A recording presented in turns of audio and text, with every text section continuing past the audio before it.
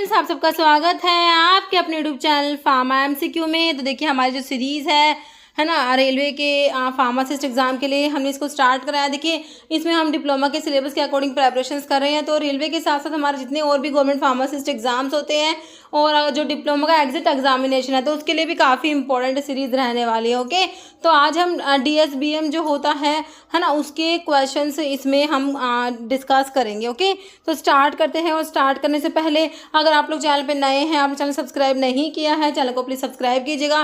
Video को like करना, share करना, कमेंट करना, बेल आइकन को प्रेस करना ताकि जो आने वाले वीडियोज़ होते हैं उनके नोटिफिकेशंस आप लोगों को मिल सके। ओके, और आपको अगर इन वीडियोज़ का PDF मटीरियल चाहिए तो आप मेरी वेबसाइट pharmamcq.in पर विजिट कर सकते हैं। ओके, तो बिना देरी स्टार्ट करते हैं। आज का वीडियो का क्या मतलब होता है बिजनेस मीन्स। देखिए जो हमारा बिजनेस होता है ना, बिजनेस में आपका कॉमर्स आ जाएगा और क्या आ जाता है, इंडस्ट्री आ जाता है।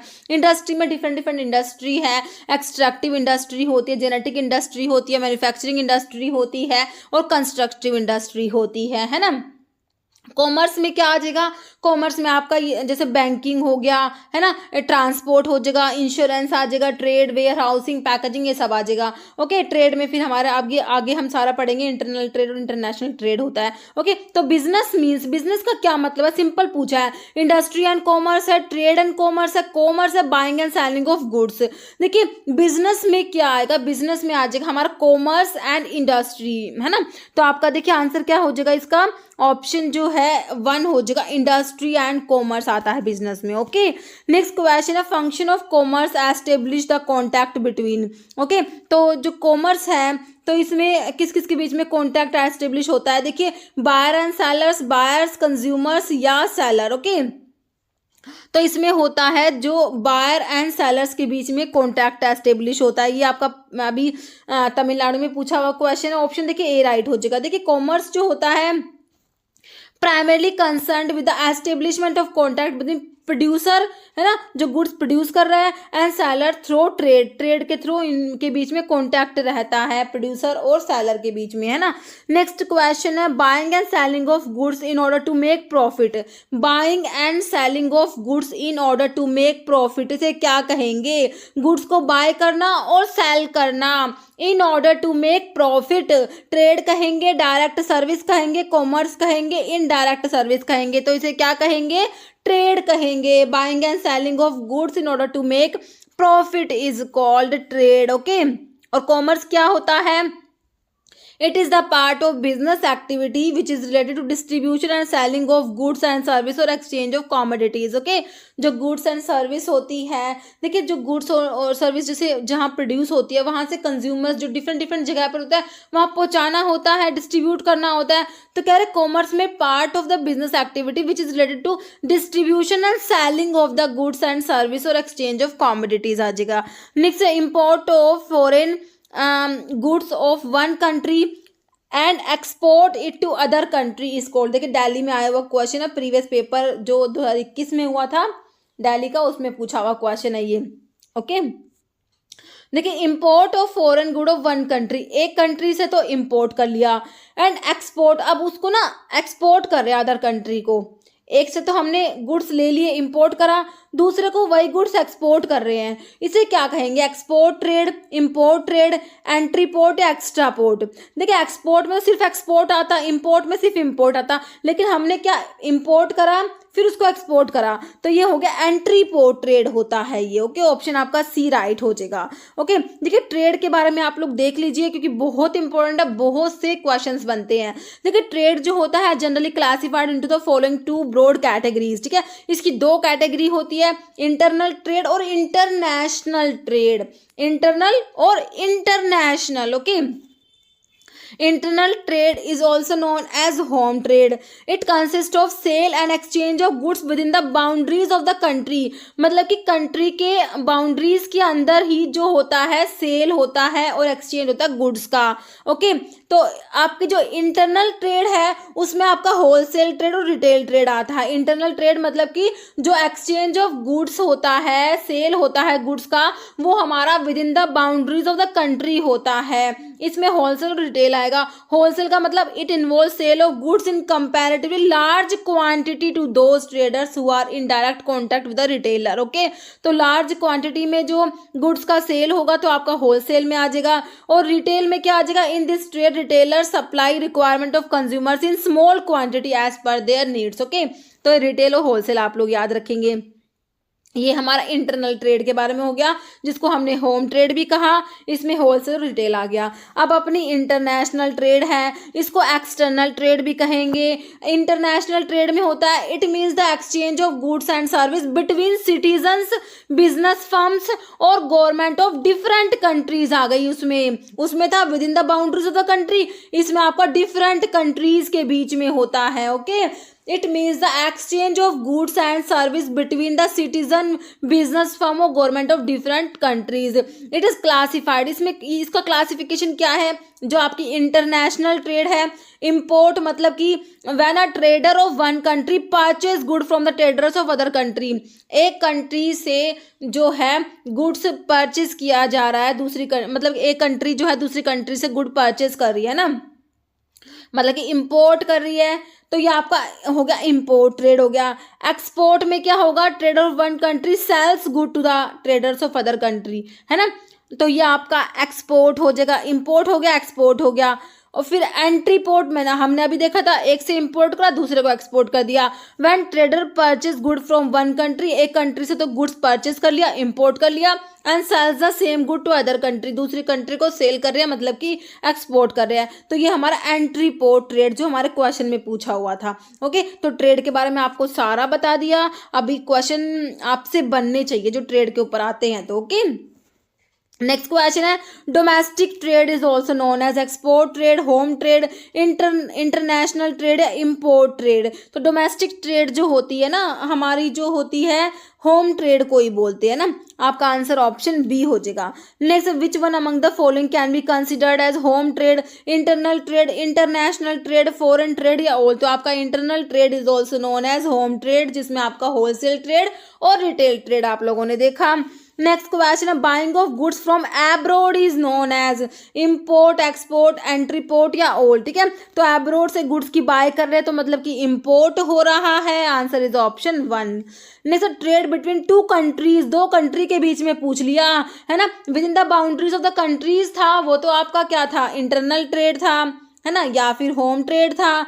लेकिन इसमें क्या है, दो कंट्रीज के बीच में है। बताइए, रीजनल ट्रेड होगा, लोकल ट्रेड होगा, होम ट्रेड होगा या फॉरेन ट्रेड होगा। तो ये हमारा इंटरनेशनल ट्रेड होगा या इसको फॉरेन ट्रेड भी बोल देंगे। Okay, option 4।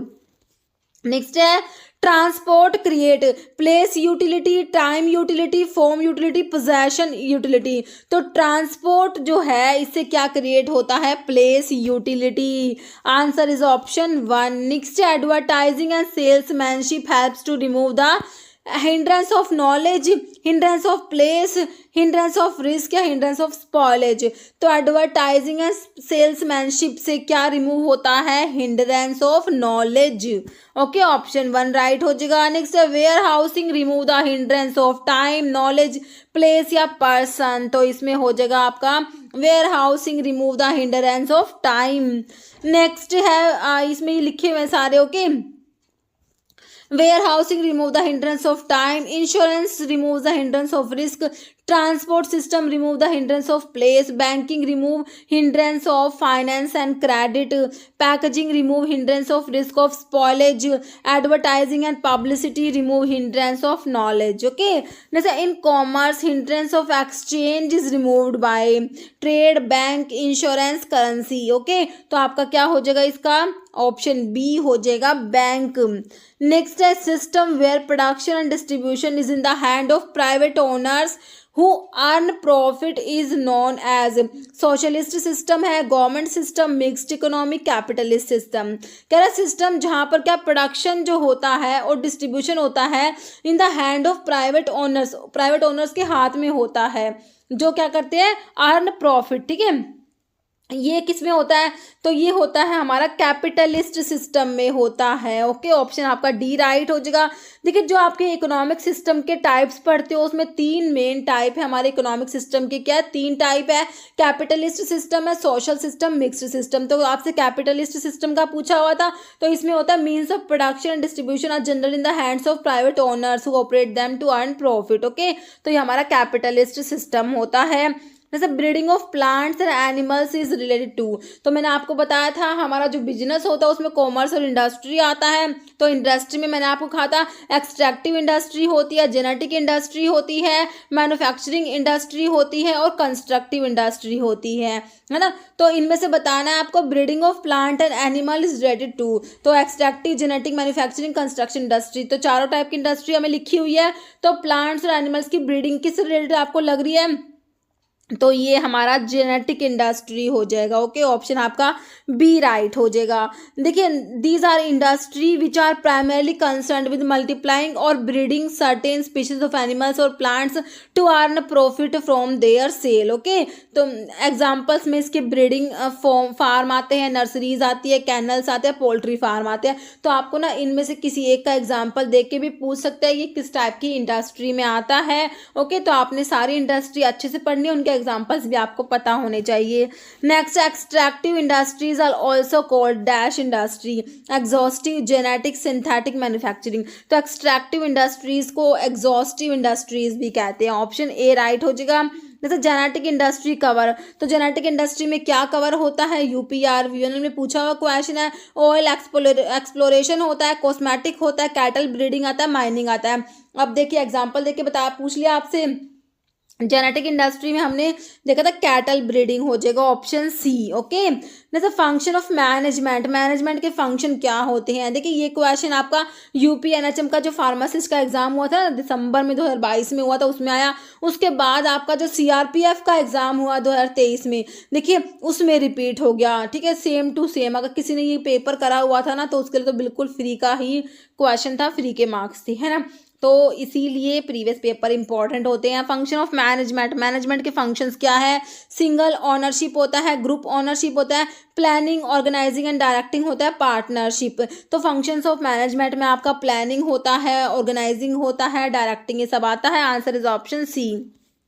नेक्स्ट है aim of scientific management is, scientific management का एम क्या है, डेवलपमेंट है, quality control, increase production, cost reduction, testing या एडिक्वेट सप्लाई। तो क्या हो जाएगा इसका, option B, quality control, increase production and cost reduction.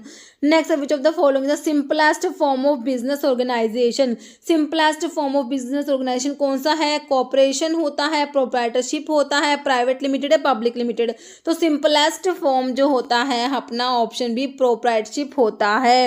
Okay, जैसे oldest form of business organisation, तो अभी आपसे सिंपलेस्ट पूछा, ओल्डेस्ट कौन सा है, joint stock company, sole proprietorship या पार्टनरशिप या ऑल। तो आपका जो है ऑप्शन 2 हो जाएगा, सोल प्रोप्राइटरशिप होता है, इसको वन मैन बिजनेस भी बोलते हैं। Okay, next, maximum number of members in A firm carrying general business, non banking business जो है तो उसमें मैक्सिमम नंबर ऑफ मेंबर्स कितने हैं, 20, 10, 50 या 40। तो कितने होते हैं, 20 होते हैं maximum number of members in a general business, in A firm carrying general business. तो आपका 20 हो जाएंगे। ओके, अब maximum number of partners allowed in A banking firm, अब बैंकिंग फर्म का पूछा आपसे 10, 20, 100 या 50। तो बैंकिंग के लिए आपका जो है 10 हो जाएगा। ओके, नेक्स्ट है maximum number of members in A private limited company में कितने मैक्सिमम मेंबर्स होते हैं, 20, 30, 50 या अनलिमिटेड। तो कितने होते हैं, प्राइवेट लिमिटेड कंपनी में मैक्सिमम मेंबर्स आपके 50 होते हैं, किसमें, प्राइवेट लिमिटेड कंपनी में। और जो है maximum number of persons required to form private limited company, minimum number, maximum तो देख लिया हमने 50, मिनिमम कितने होते हैं, 5 to 50 या 10। तो मैक्सिमम तो 50 होते हैं, मिनिमम 2 होते हैं प्राइवेट लिमिटेड कंपनी में। ओके, नेक्स्ट अब maximum number of members in case of public limited company का बताना है। प्राइवेट का देख लिया, अब पब्लिक का बताइए। पब्लिक लिमिटेड कंपनी में मैक्सिमम नंबर ऑफ मेंबर्स 20, 30, 50 या अनलिमिटेड। तो मैक्सिमम तो कितने होते हैं, अनलिमिटेड होते हैं। Maximum number of members public limited company में अनलिमिटेड होते हैं। और मिनिमम कितने होते हैं, मिनिमम 7 मेंबर्स होते हैं, 7 पर्सन होते हैं, और विद नो अपर लिमिट, मतलब मैक्सिमम की कोई लिमिट नहीं है, मैक्सिमम तो अनलिमिटेड होते हैं। किसमें, पब्लिक लिमिटेड कंपनी की बात हो रही है। ओके, तो ये सारे आपको याद रखने हैं। ये सारे अभी जो ये मैक्सिमम नंबर ऑफ पार्टनर्स है पब्लिक लिमिटेड कंपनी, ये आपका शायद ये ESIC में पूछा हुआ था ना, जो पेपर हुआ था ESIC का, उसमें इसके ऊपर क्वेश्चन बना था। नेक्स्ट है पार्टनर्स, बहुत इंपॉर्टेंट है। सारे पार्टनर्स आपने अच्छे से पढ़ने, आपको पता होने चाहिए पार्टनर्स के बारे में। Partner who contribute the capital to the firm, कह रहे कैपिटल कंट्रीब्यूट कर रहा है but does not take any active part in the business, business में कोई भी एक्टिव पार्ट नहीं लेता, इसे क्या कहेंगे, सीक्रेट पार्टनर कहेंगे, एक्टिव पार्टनर कहेंगे, नॉमिनल पार्टनर कहेंगे, स्लीपिंग पार्टनर कहेंगे। पार्टनर जो कह रहे कैपिटल जो है वो कंट्रीब्यूट कर रहा है but does not take any active part in the business, तो ये हमारे होते हैं स्लीपिंग पार्टनर होते हैं। क्या होते हैं, स्लीपिंग पार्टनर होते हैं, जो कैपिटल तो कंट्रीब्यूट करते हैं but does not take any active part in the business. Okay, sleeping partner के बारे में लिखा होगा कि डज नॉट टेक, ये देखिए एक्टिव पार्ट तो नहीं लेते बिजनेस में, does not take active part in the management of fund, business contribute करते हैं कैपिटल को, और जो प्रॉफिट या लॉस जो होता है उसे भी शेयर करेंगे। स्लीपिंग या इनएक्टिव पार्टनर्स, ठीक है, स्लीपिंग पार्टनर्स को इनएक्टिव पार्टनर भी बोलते हैं। इनएक्टिव मतलब कि क्योंकि ये does not take active part, तो ये फर्म जो बिजनेस है उसकी मैनेजमेंट में कोई एक्टिव पार्ट ही नहीं ले रहे, तो इसलिए क्या इनएक्टिव पार्टनर होते हैं। बट ये कैपिटल तो कंट्रीब्यूट करते हैं और जो प्रॉफिट या लॉस जो होता है उसे भी शेयर करते हैं। ओके, क्लियर है। Next, a partner below the age of 18 does not enjoy the right of full place. Below the age of 18 देखते ही हमने समझ जाना है किसकी बात हो रही है, माइनर, नॉमिनल, सीक्रेट या स्लीपिंग, तो ये माइनर पार्टनर की बात हो रही है। ओके, ऑप्शन आपका 1 हो जाएगा, माइनर पार्टनर। काइंड ऑफ कौन कौन से टाइप के पार्टनर्स होते हैं, एक्टिव या वर्किंग पार्टनर होते हैं आपके, ठीक है, स्लीपिंग या इनएक्टिव पार्टनर होते हैं, नॉमिनल पार्टनर्स होते हैं, partner in profit only, secret partner, minor partner, partner by estoppel, ये सारे होते हैं डिफरेंट टाइप का पार्टनर्स। ओके, तो आपका माइनर पार्टनर का हो गया, हमने देख लिया below the age of 18। Okay, next है a partner does not take any active part in the management of firm business, ठीक है, तो एक्टिव पार्ट नहीं लेता मैनेजमेंट ऑफ फर्म बिजनेस। तो अभी हमने स्टार्ट देखा था कौन सा था, एक्टिव पार्टनर नहीं होगा ये, तो sleeping partner, secret partner, nominal partner. Okay, तो ये हमारे हमने देखे थे स्लीपिंग या इनएक्टिव पार्टनर, है ना, स्लीपिंग या इनएक्टिव पार्टनर हमने देख लिया। Does not take active part in the management of firm business, contribute करता है कैपिटल और प्रॉफिट और लॉस भी शेयर करेगा।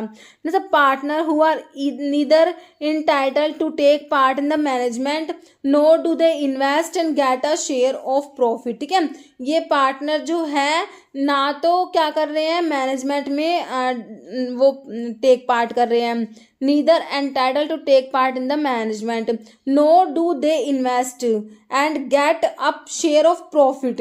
तो ये कौन से पार्टनर है, साइलेंट पार्टनर है, नॉमिनल है, लिमिटेड है, पार्टनर बाय एस्ट्रोपल, तो ये हमारे साइलेंट पार्टनर है, ऑप्शन 1। ओके, नेक्स्ट है what is that partner called as who has neither contribute any capital to the firm, मतलब कि कोई भी कैपिटल कंट्रीब्यूट नहीं करते, no take part in the management of the firm, ना ही मैनेजमेंट में पार्टिसिपेट करे, but talks to the outsiders, बाहर के जो आउटसाइडर्स हैं, to create and pressure that he is partner of the firm, मतलब आउटसाइडर को ये ऐसा मतलब कि वो इंप्रेशन बनाते हैं कि वो पार्टनर है, सिर्फ आउटसाइडर्स के लिए होते हैं एक तरीके से।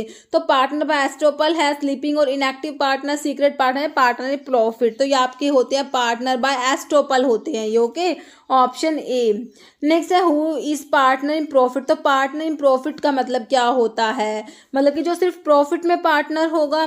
Partner does not take any active part in the management of firm business, person who provides some of the capital from business but who does not take active part in the management of business, partner who get into an agreement to share only profit of the partnership firm, not the loss. ऐसे partner जो सिर्फ profit को ही share करेंगे, loss को नहीं करेंगे, वही हो जाएंगे पार्टनर इन प्रॉफिट ओनली। नाम से ये पता लग रहा है ना, ऑप्शन सी राइट हो जाएगा। बाकी partner who is under the age of 18 दिया है आपका, तो हमारा आंसर क्या हो गया, option C. Next, medical store deals only in medicine and example of single line store, general store, street store and none, तो आपके सिंगल लाइन स्टोर होते हैं, ऑप्शन जो है 1 हो जाएगा।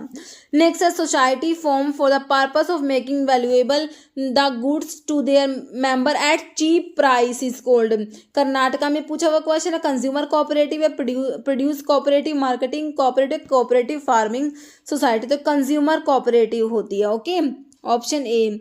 जैसे मेल ऑर्डर बिजनेस इज, तो मेल ऑर्डर बिजनेस क्या है, retail trade by post, wholesale trade, direct selling method, retail trade. Mail order business होता है retail trade by post. Okay, next है when at least 51% share of a business organization is in the hand of government is called। ये question बहुत से exam में repeat हुआ है।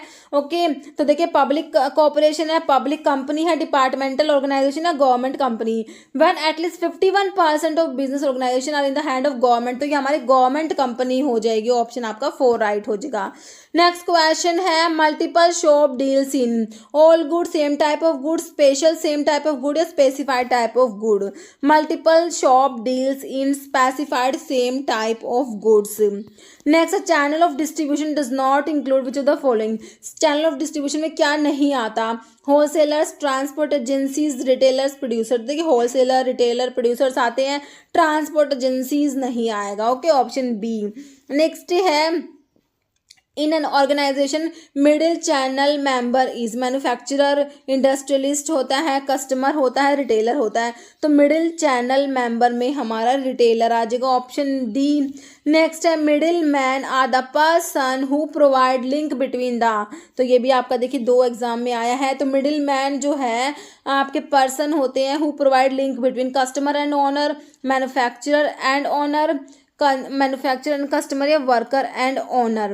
तो ये आपके जो होते हैं मिडिल मैन होते हैं, ये पर्सन होते हैं who provide link between manufacturer and customer. Okay, next है wholesaler act as a link between manufacturer and, तो होलसेलर किसके बीच में लिंक है, manufacturer and retailer, doctor, agent, consumer. तो आपका जो होलसेलर है वो लिंक होता है मैन्युफैक्चरर और रिटेलर के बीच में। Next, in a mail order business goods are sold on cash, credit, both cash and credit and installment basis. तो मेल ऑर्डर बिजनेस में goods are sold on cash basis. Okay, option 1। Next है one of the following is not a fixed shop large scale retailers. Fixed shop large scale retailers नहीं है, दिल्ली में ही पूछा हुआ है। देखिए स्पेशलिटी शॉप्स है, हायर परचेज शॉप है, mail order business, cooperative stores. Not a fixed shop large scale retailer में आपकी जो fixed shop large scale retailer में आपकी स्पेशलिटी शॉप्स नहीं आती, बाकी तीनों आ जाएंगी। ओके, और जो फिक्स देखिए फिक्स शॉप्स में आपकी स्मॉल स्केल रिटेलर भी आता है, लार्ज स्केल रिटेलर भी आते हैं। तो जो स्पेशलिटी शॉप है ना, ये आपकी fixed shop small scale retailers में आ जाएंगे। ओके, देखिए जो fixed shop small scale retailers में आपकी स्ट्रीट स्टॉल्स आती है, सेकंड हैंड गुड्स शॉप आती है, जनरल स्टोर्स आते हैं, सिंगल लाइन स्टोर्स आते हैं और स्पेशलिटी शॉप्स आती है। और जो fixed shop large scale retailers है उसमें क्या डिपार्टमेंटल स्टोर है, मल्टीपल शॉप्स और चेंज स्टोर्स होते हैं, हायर परचेज शॉप्स होती है, मेल ऑर्डर बिजनेस होता है, कंज्यूमर कोऑपरेटिव स्टोर से सब आ जाएगा। ओके, तो आपसे किसी एक का नाम देके भी पूछ सकते हैं ये किस टाइप की शॉप है। ओके, नेक्स्ट अब जैसे ये इसमें पूछ लिया departmental stores are part of, किसके पार्ट है, fixed shop small scale retailer, itinerant retailer है, स्पेशलिटी शॉप है, fixed shop large scale retailers. तो लार्ज वाले में देखा अभी हमने डिपार्टमेंटल स्टोर है ना, तो ये हमारे fixed shop large scale retailers में हमने देखे थे, अभी डिपार्टमेंटल स्टोर्स है ना, वही है डिपार्टमेंटल स्टोर आएंगे। Fixed shop large scale retailers में मल्टीपल शॉप्स या चेन शॉप्स हैं, स्टोर्स है, मतलब हायर परचेज शॉप है, मेल ऑर्डर बिजनेस आता है, कंज्यूमर कोऑपरेटिव स्टोर्स आता है। नेक्स्ट है art of planning, organising, staffing, motivating and controlling is called. तो ये सब किस में आता है? प्लानिंग करना, ऑर्गेनाइज करना, स्टाफिंग, मोटिवेटिंग, कंट्रोलिंग। मार्केटिंग में आएगा, एडवर्टाइजिंग स्किल्स में आएगा, मैन्युफैक्चरिंग में आएगा, मैनेजमेंट किस में आता है? मैनेजमेंट में आता है ये। Answer is option D. देखिए ESIC में पूछा हुआ क्वेश्चन है। नेक्स्ट है wholesalers deal in large quantity of goods, small quantity of goods, better quantity of goods या ऑल। तो wholesalers deals in large quantity of goods. Answer is option 1। Next है other name of sub stockist. Sub stockist का दूसरा नाम बताइए। Accredited wholesale dealer है, wholesale dealer है, supreme distributor है, क्लियरिंग है, फॉरवर्डिंग एजेंट। तो सब स्टॉकिस्ट जो होते हैं उनको और क्या कहेंगे? होलसेल डीलर भी कहेंगे। आंसर इज ऑप्शन बी आपका राइट हो जाएगा। देखिए in pharmaceutical trade wholesalers are classified into 4 category. Wholesaler की 4 कैटेगरी है। स्टॉकिस्ट होते हैं, सुप्रीम डिस्ट्रीब्यूटर या सुपर स्टॉकिस्ट होते हैं, होलसेल डीलर या सब स्टॉकिस्ट जो हमसे क्वेश्चन में पूछा हुआ था, क्लियरिंग एंड फॉरवर्डिंग एजेंट्स होते हैं। Okay, drug store is according to okay convenience of pharmacist, specifications of rules in schedule and availability of space या ऑल ऑफ द अबव। ठीक है, तो ड्रग स्टोर का जो लेआउट होता है वो आपका होता है specifications of the rules in schedule N. ठीक है, तो इसके अकॉर्डिंग होता है। आंसर आपका ऑप्शन 2 हो जाएगा। नेक्स्ट है selection of site of a drug store depend on. तो ड्रग स्टोर जो होता है उसकी जो साइट सेलेक्ट करता है तो वो किस किस पर डिपेंड करता है? Availability of finance, existence of hospital, safety या ऑल। ठीक है, तो किस पर डिपेंड करेगा? सारी ही बातों पर डिपेंड करेगा। तो आपका आंसर क्या हो जाएगा? ऑल। नेक्स्ट है which among the following is not a major area related to drug store. तो ड्रग स्टोर से रिलेटेड, ड्रग स्टोर मैनेजमेंट से रिलेटेड जो मेजर एरिया नहीं है। देखिए rational use, affordable use, reliable health and supply systems या priority on use of foreign origin drugs. तो इसमें से कौन सा नोट है बताइए? आपका जो देखिए ऑप्शन 4 हो जाएगा, priority on use of foreign origin drugs. Okay, next है which among the following is not a basic component of drug store management. का बेसिक कॉम्पोनेंट कौन सा नहीं है? देखिए drug policy, law and regulations, selection of drugs, storage and distribution, selection of warehouse in urban area. तो कौन सा जो है बेसिक कॉम्पोनेंट नहीं है? तो देखिए ये अर्बन एरिया वाला हो जाएगा, selection of warehouse in urban area. Okay, next है minimum required area to open a retail drug store 15 square metre, 10 square metre, 40 या 101 स्क्वायर मीटर। तो ये बहुत ही इंपॉर्टेंट क्वेश्चन है, बहुत से एग्जाम में आया है। ओके, एम्स पटना का एग्जाम हुआ था उसमें भी ये पूछा गया था। ओके, तो minimum area required to open retail drug store is 12 square metre. और अगर कहें minimum area required to open a wholesale drug store तो भी 12 स्क्वायर मीटर हो जाएगा। अगर रिटेल एंड होलसेल हो ना तो आपका 15 स्क्वायर मीटर होता है। कंफ्यूज नहीं होना, थोड़ा सा ध्यान से पढ़ना इसको। ओके, नेक्स्ट है minimum area required to run a drug store is 10 square metre, 15 square metre, 16 square metre, 20 square metre. तो इसमें भी आपका क्या आएगा? 10 स्क्वायर मीटर आ जाएगा। कर्नाटका में पूछा हुआ है क्वेश्चन। नेक्स्ट है आप लोगों को question which of the following is not a legal requirement for opening A drug store. को ओपन करने के लिए लीगल रिक्वायरमेंट कौन सी नहीं है? देखिए लोकेशन है, minimum space, drug licence, store arrangement. तो लीगल रिक्वायरमेंट में आपका नहीं आएगा, लोकेशन नहीं आएगा। नेक्स्ट है legal requirement that is essential to start a retail medical shop. एक रिटेल मेडिकल शॉप स्टार्ट करनी है तो क्या लीगल रिक्वायरमेंट है? देखिए ड्राइविंग लाइसेंस चाहिए, तो ड्राइविंग लाइसेंस थोड़ा ना चाहिए होता है, काट दीजिए। रजिस्टर्ड फार्मासिस्ट का सर्टिफिकेट चाहिए, वोटर का आइडेंटिफिकेशन चाहिए, पासपोर्ट। तो क्या चाहिए? कितना सिंपल बेसिक सा क्वेश्चन, हमें क्या चाहिए? रजिस्टर्ड फार्मासिस्ट सर्टिफिकेट होना चाहिए। ओके, नेक्स्ट है which of the following are objective of purchasing. Purchasing का ऑब्जेक्टिव क्या होता है? Purchase of right quantity, purchase of right quality, purchase from right source या ऑल। देखिए सारे ही सही है। ओके, कि right quantity, right quality, right source होना चाहिए। और भी देखिए इसमें पॉइंट्स है, following points are to be taken into consideration while purchasing the material, right source, right quality, right quantity, right price, right time, right place of delivery and right mode of transportation. Okay, next है tender issued only in those case where an item of a property nature और where repetitive order is to be issued in short period. तो देखिए oral tender है, ये limited है, single है या open है, तो ये हमारा होता है सिंगल टेंडर होता है। ओके, तो ये डिफरेंट डिफरेंट टेंडर्स आप लोग पढ़ लेना। नेक्स्ट है परचेज ऑर्डर और supply order is also called as, ठीक है, परचेज ऑर्डर और सप्लाई ऑर्डर को और क्या कहते हैं, टेंडर, कॉन्ट्रैक्ट, परचेजिंग, क्रेडिट। तो इन्हें क्या कहेंगे, परचेज ऑर्डर या सप्लाई ऑर्डर, तो इसे कहेंगे कॉन्ट्रैक्ट कहेंगे। ओके, ऑप्शन बी हो जाएगा।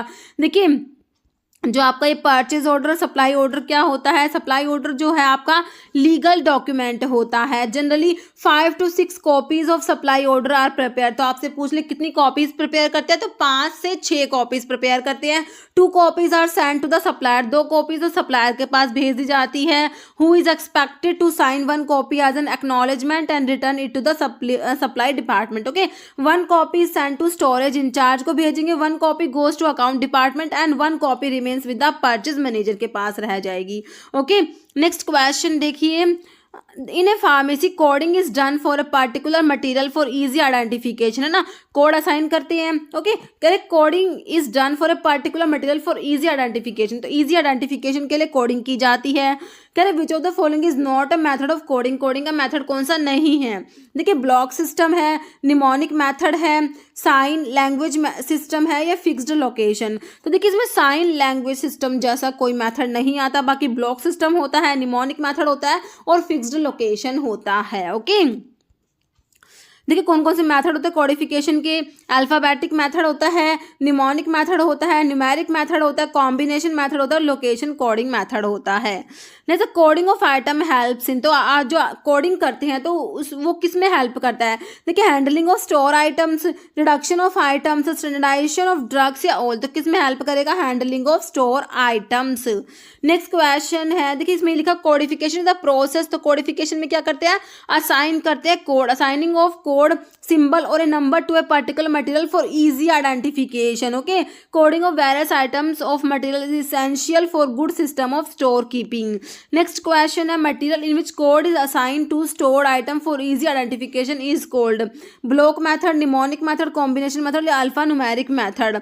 ठीक है, तो आपका जो है ये हो जाएगा निमोनिक मेथड हो जाएगा, ऑप्शन बी। नेक्स्ट क्वेश्चन है, material purchased are issued strictly in chronological order. ठीक है, जो मटेरियल परचेज करते हैं उनको इशू किया जाता है क्रोनोलॉजिकल ऑर्डर में। दिस परचेज इज कॉल्ड, इसे क्या कहेंगे, हीफो मेथड, फीफो, नीफो या लीफो। तो इसको कहते हैं क्या, FIFO, फीफो मेथड कहेंगे, fast in fast out. Okay, तो यही लिखा हुआ है, फीफो का फुल फॉर्म पूछ लिया ओके आपसे एग्जाम में, तो फास्ट इन होता है, fast out. Okay, next question है, fast in fast out method is a method associated with, तो किससे रिलेटेड मेथड है ये, इन्वेंट्री कंट्रोल की टेक्निक है, परचेज प्रोसीजर है, कोडिफिकेशन में आता है या प्राइसिंग ऑफ मटेरियल। तो किस में आता है, ये मटेरियल की प्राइसिंग से रिलेटेड होता है, ऑप्शन आपका डी राइट हो जाएगा। ओके, देखिए price can be calculated by any one of the following method, तो प्राइस को कैलकुलेट करने के लिए डिफरेंट डिफरेंट मेथड्स है, कौन कौन से, एक तो आपका फीफो हो गया, फर्स्ट इन फर्स्ट आउट होता है, लीफो होता है, लास्ट इन फर्स्ट आउट, तो फुल फॉर्म पूछ सकते हैं, ध्यान रखना है। एवरेज कॉस्ट मेथड होता है, रिप्लेसमेंट प्राइस मेथड होता है, इन्फ्लेटेड प्राइस मेथड होता है, स्टैंडर्ड प्राइस मेथड होता है। नेक्स्ट है इन्वेंट्रीज, तो इन्वेंट्री देखिए आपका DSBM में अगर आप कहेंगे सबसे इंपॉर्टेंट क्या है, तो हमारा इन्वेंट्री आता है। ये जो ड्रग्स DSBM है इसमें जो आपका इन्वेंट्री कंट्रोल है बहुत ज़्यादा इंपॉर्टेंट है, इसके डिफरेंट डिफरेंट टेक्निक्स है, क्योंकि जितनी भी क्वेश्चन बनाना एग्जाम में तो इन्वेंट्री से क्वेश्चन जरूर आया है। ठीक है, तो ये पक्का आपने बहुत ही अच्छे से पढ़ना है इन्वेंट्री को, ABC एनालिसिस है, VED एनालिसिस, EOQ सारा अच्छे से पढ़ना है। देखिए इन्वेंट्री में हम इन्वेंट्री क्या है, नेग्लिजिबल कॉस्ट होता है, actual cost, manufacturing cost, significant part of cost. तो इन्वेंट्री क्या होता है, significant part of cost. Next है inventory can be refer to, inventory को और क्या कहेंगे, देखिए मतलब इन्वेंट्री में क्या क्या आएगा, raw materials, finished goods, spare parts से, देखिए सारी ही चीज़ें आ जाएंगी इन्वेंट्री में, ऑप्शन डी राइट हो जाएगा। देखिए inventory can be described as a sum of the value of raw materials, fuels and lubricants, spare parts, maintenance, consumables, semi processed materials, finished goods, stock of a business firm at any given point of view, given point of time. Okay, तो ये सब inventory में आ जाएगा।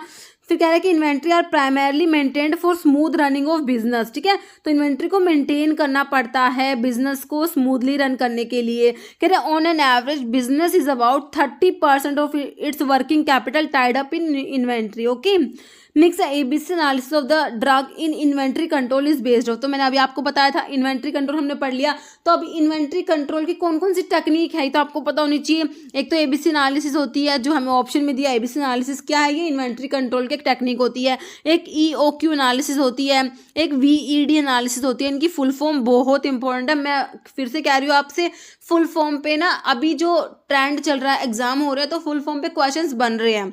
Okay, वीईडी analysis होता है आपका input output ratio होता है, इसमें review of slow and non moving item से सब आता है। तो एबीसी एनालिसिस आपको पता लगे इन्वेंट्री कंट्रोल की एक टेक्निक होती है। कह रहे किस पे बेस्ड होता है, इसका फुल फॉर्म याद रखना, ऑलवेज बेटर कंट्रोल होता है। तो ये किस पे बेस्ड होता है, analysis of drug store based on their cost, based on distribution of drug alphabetically, both या नन। तो किस पे, देखिए आईटीबीपी में पूछा हुआ क्वेश्चन है आपका 2019 में जो पेपर हुआ था। तो analysis of drug store based on their cost के बेसिस पर जो है ड्रग स्टोर की जो एनालिसिस की जाती है, इसमें ABC analysis, option A right हो जाएगा। ओके, देखिए अभी एबीसी एनालिसिस के बारे में लिखा हुआ है। जो एबीसी एनालिसिस होती है, कह रहे in big drug store large inventory items are stocked in order to maintain a proper control of inventory. ABC technique use की जाती है। इस टेक्निक में करते क्या है, मटेरियल को डिवाइड करते हैं 3 ग्रुप में, ए आइटम, बी आइटम और सी आइटम। किसके according, cost of the material, material की कॉस्ट के according, and money value of consumption, material की कॉस्ट और मनी वैल्यू ऑफ कंजप्शन के अकॉर्डिंग मटेरियल को डिवाइड किया जाता है, A item, B item and C item. Okay, next है एबीसी एनालिसिस बेस्ड ऑन, किस पे बेस्ड है, तो हमने अभी देखा किस पे बेस्ड है ये, unit price material, consumption value of material, storage value of material all. तो किस पे बेस्ड होता है ये, cost of the material and money value of the consumption. तो कंजप्शन वैल्यू ऑफ मटेरियल आपका ऑप्शन 2 राइट हो जाएगा। ओके, नेक्स्ट है इन, यही लिखा हुआ है इसमें, एबीसी टेक्निक मटेरियल को डिवाइड करते हैं ए, बी और सी आइटम्स में according to cost of the material, money value of consumption. Next, which of the following belong to A category in ABC analysis. ठीक है, एबीसी एनालिसिस में मैंने आपको बताया ए आइटम, बी आइटम और C items होते हैं। तो अभी इसमें जो है कहा गया है आपसे क्या, ए आइटम्स के बारे में बताना है। देखिए ए आइटम्स जो होते हैं बहुत ही क्या होते हैं, कॉस्टली आइटम्स होते हैं। क्या होते हैं, कॉस्टली आइटम्स होते हैं। देखिए अभी पहले ऑप्शंस पढ़िए, item cover 10% of total inventory and consume about 70% of total budget. तो बिल्कुल सही है, ये आइटम्स जो होते हैं ना 10% टोटल इन्वेंट्री का तो 10% होते हैं, लेकिन बजट 70% बजट कंज्यूम करते हैं। तो देख लीजिए आप कितने कॉस्टली आइटम्स होते हैं। Item that need maximum follow up, required strict control, item handled by senior officers या ऑल। देखिए सारी ही बातें सही लिखी हुई है ए आइटम्स के बारे में। Answer is option 3 all of the above. तो ए आइटम्स बहुत ही कॉस्टली आइटम्स होते हैं, तो इसीलिए जो ये ए आइटम्स होते हैं हैंडल्ड बाय सीनियर ऑफिसर्स, और ए आइटम्स रिक्वायर स्ट्रिक्ट कंट्रोल। ए आइटम्स जो होते हैं इनको नीड मैक्सिमम फॉलो अप, और 10% टोटल इन्वेंट्री का होता है, 70% बजट कंज्यूम करेंगे। आपके कौन से ए आइटम्स की बात हो रही है। ओके, अभी इसमें और भी लिखा हुआ है, देखिए in the whole, A items के बारे में लिखा हुआ है ये, in the whole of inventory there few costly items होते हैं which come under this group. तो ए आइटम्स में आपके कॉस्टली आइटम्स आते हैं। This items may not be more than total, जो 10% टोटल आइटम का 10% से ज़्यादा नहीं होते, बट कंज्यूम करते हैं 70% of the total budget of the inventory का, जो 70% कंज्यूम करते हैं। ओके, बजट का। So these items require proper storage और हैंडलिंग की रिक्वायरमेंट होती है। Over stocking is avoided, only necessary quantity of these inventories are purchase and stock so as to minimise the investment on these items. तो ये सारी बातें आपकी किसके, ए आइटम्स के बारे में है। एबीसी एनालिसिस के बारे में हम लोग पढ़ रहे हैं, जो बहुत ही इंपॉर्टेंट है। Next, which of the following belong to C category in ABC analysis. देखिए अभी महाराष्ट्र में एग्जाम हुआ था, उसमें पूछा था ये क्वेश्चन। अभी मैंने आपको ए बी सी बताया, तो सी के बारे में पूछा हुआ है, ठीक है। सी मतलब ये चीप आइटम्स होते हैं, इनको ध्यान रखना, मतलब कि ये टोटल जो इन्वेंट्री का 70% होते हैं और जो बजट होता है वो 10% ही कंज्यूम करेंगे, मतलब कि ए आइटम का ऑपोजिट करना है आपने, है ना। वो कॉस्टली थे तो ये चीप है। देखिए अभी ऑप्शंस पढ़िए। Item cover 20% of total inventory, नहीं 20% नहीं होते, 70% होते हैं, तो आपने ऑप्शन काट देना है। Item that need close follow up, ठीक है, तो इनका जो होता है यही अभी और ऑप्शन देखिए। रिक्वायर स्ट्रिक्ट कंट्रोल, तो स्ट्रिक्ट कंट्रोल तो आपको ए आइटम्स के लिए रिक्वायरमेंट था, तो ये ऑप्शन भी काट दीजिए। Item handled by senior officer, तो सीनियर ऑफिसर तो आपके ए आइटम्स को हैंडल करेंगे, तो ये ऑप्शन भी काट दीजिए। तो आपका बचा क्या, ऑप्शन बी हो जाएगा, item that need close follow up. Okay, तो आपका आंसर क्या हो गया, ऑप्शन जो है कह रहे कि which of the following belong to C category in ABC analysis, ठीक है।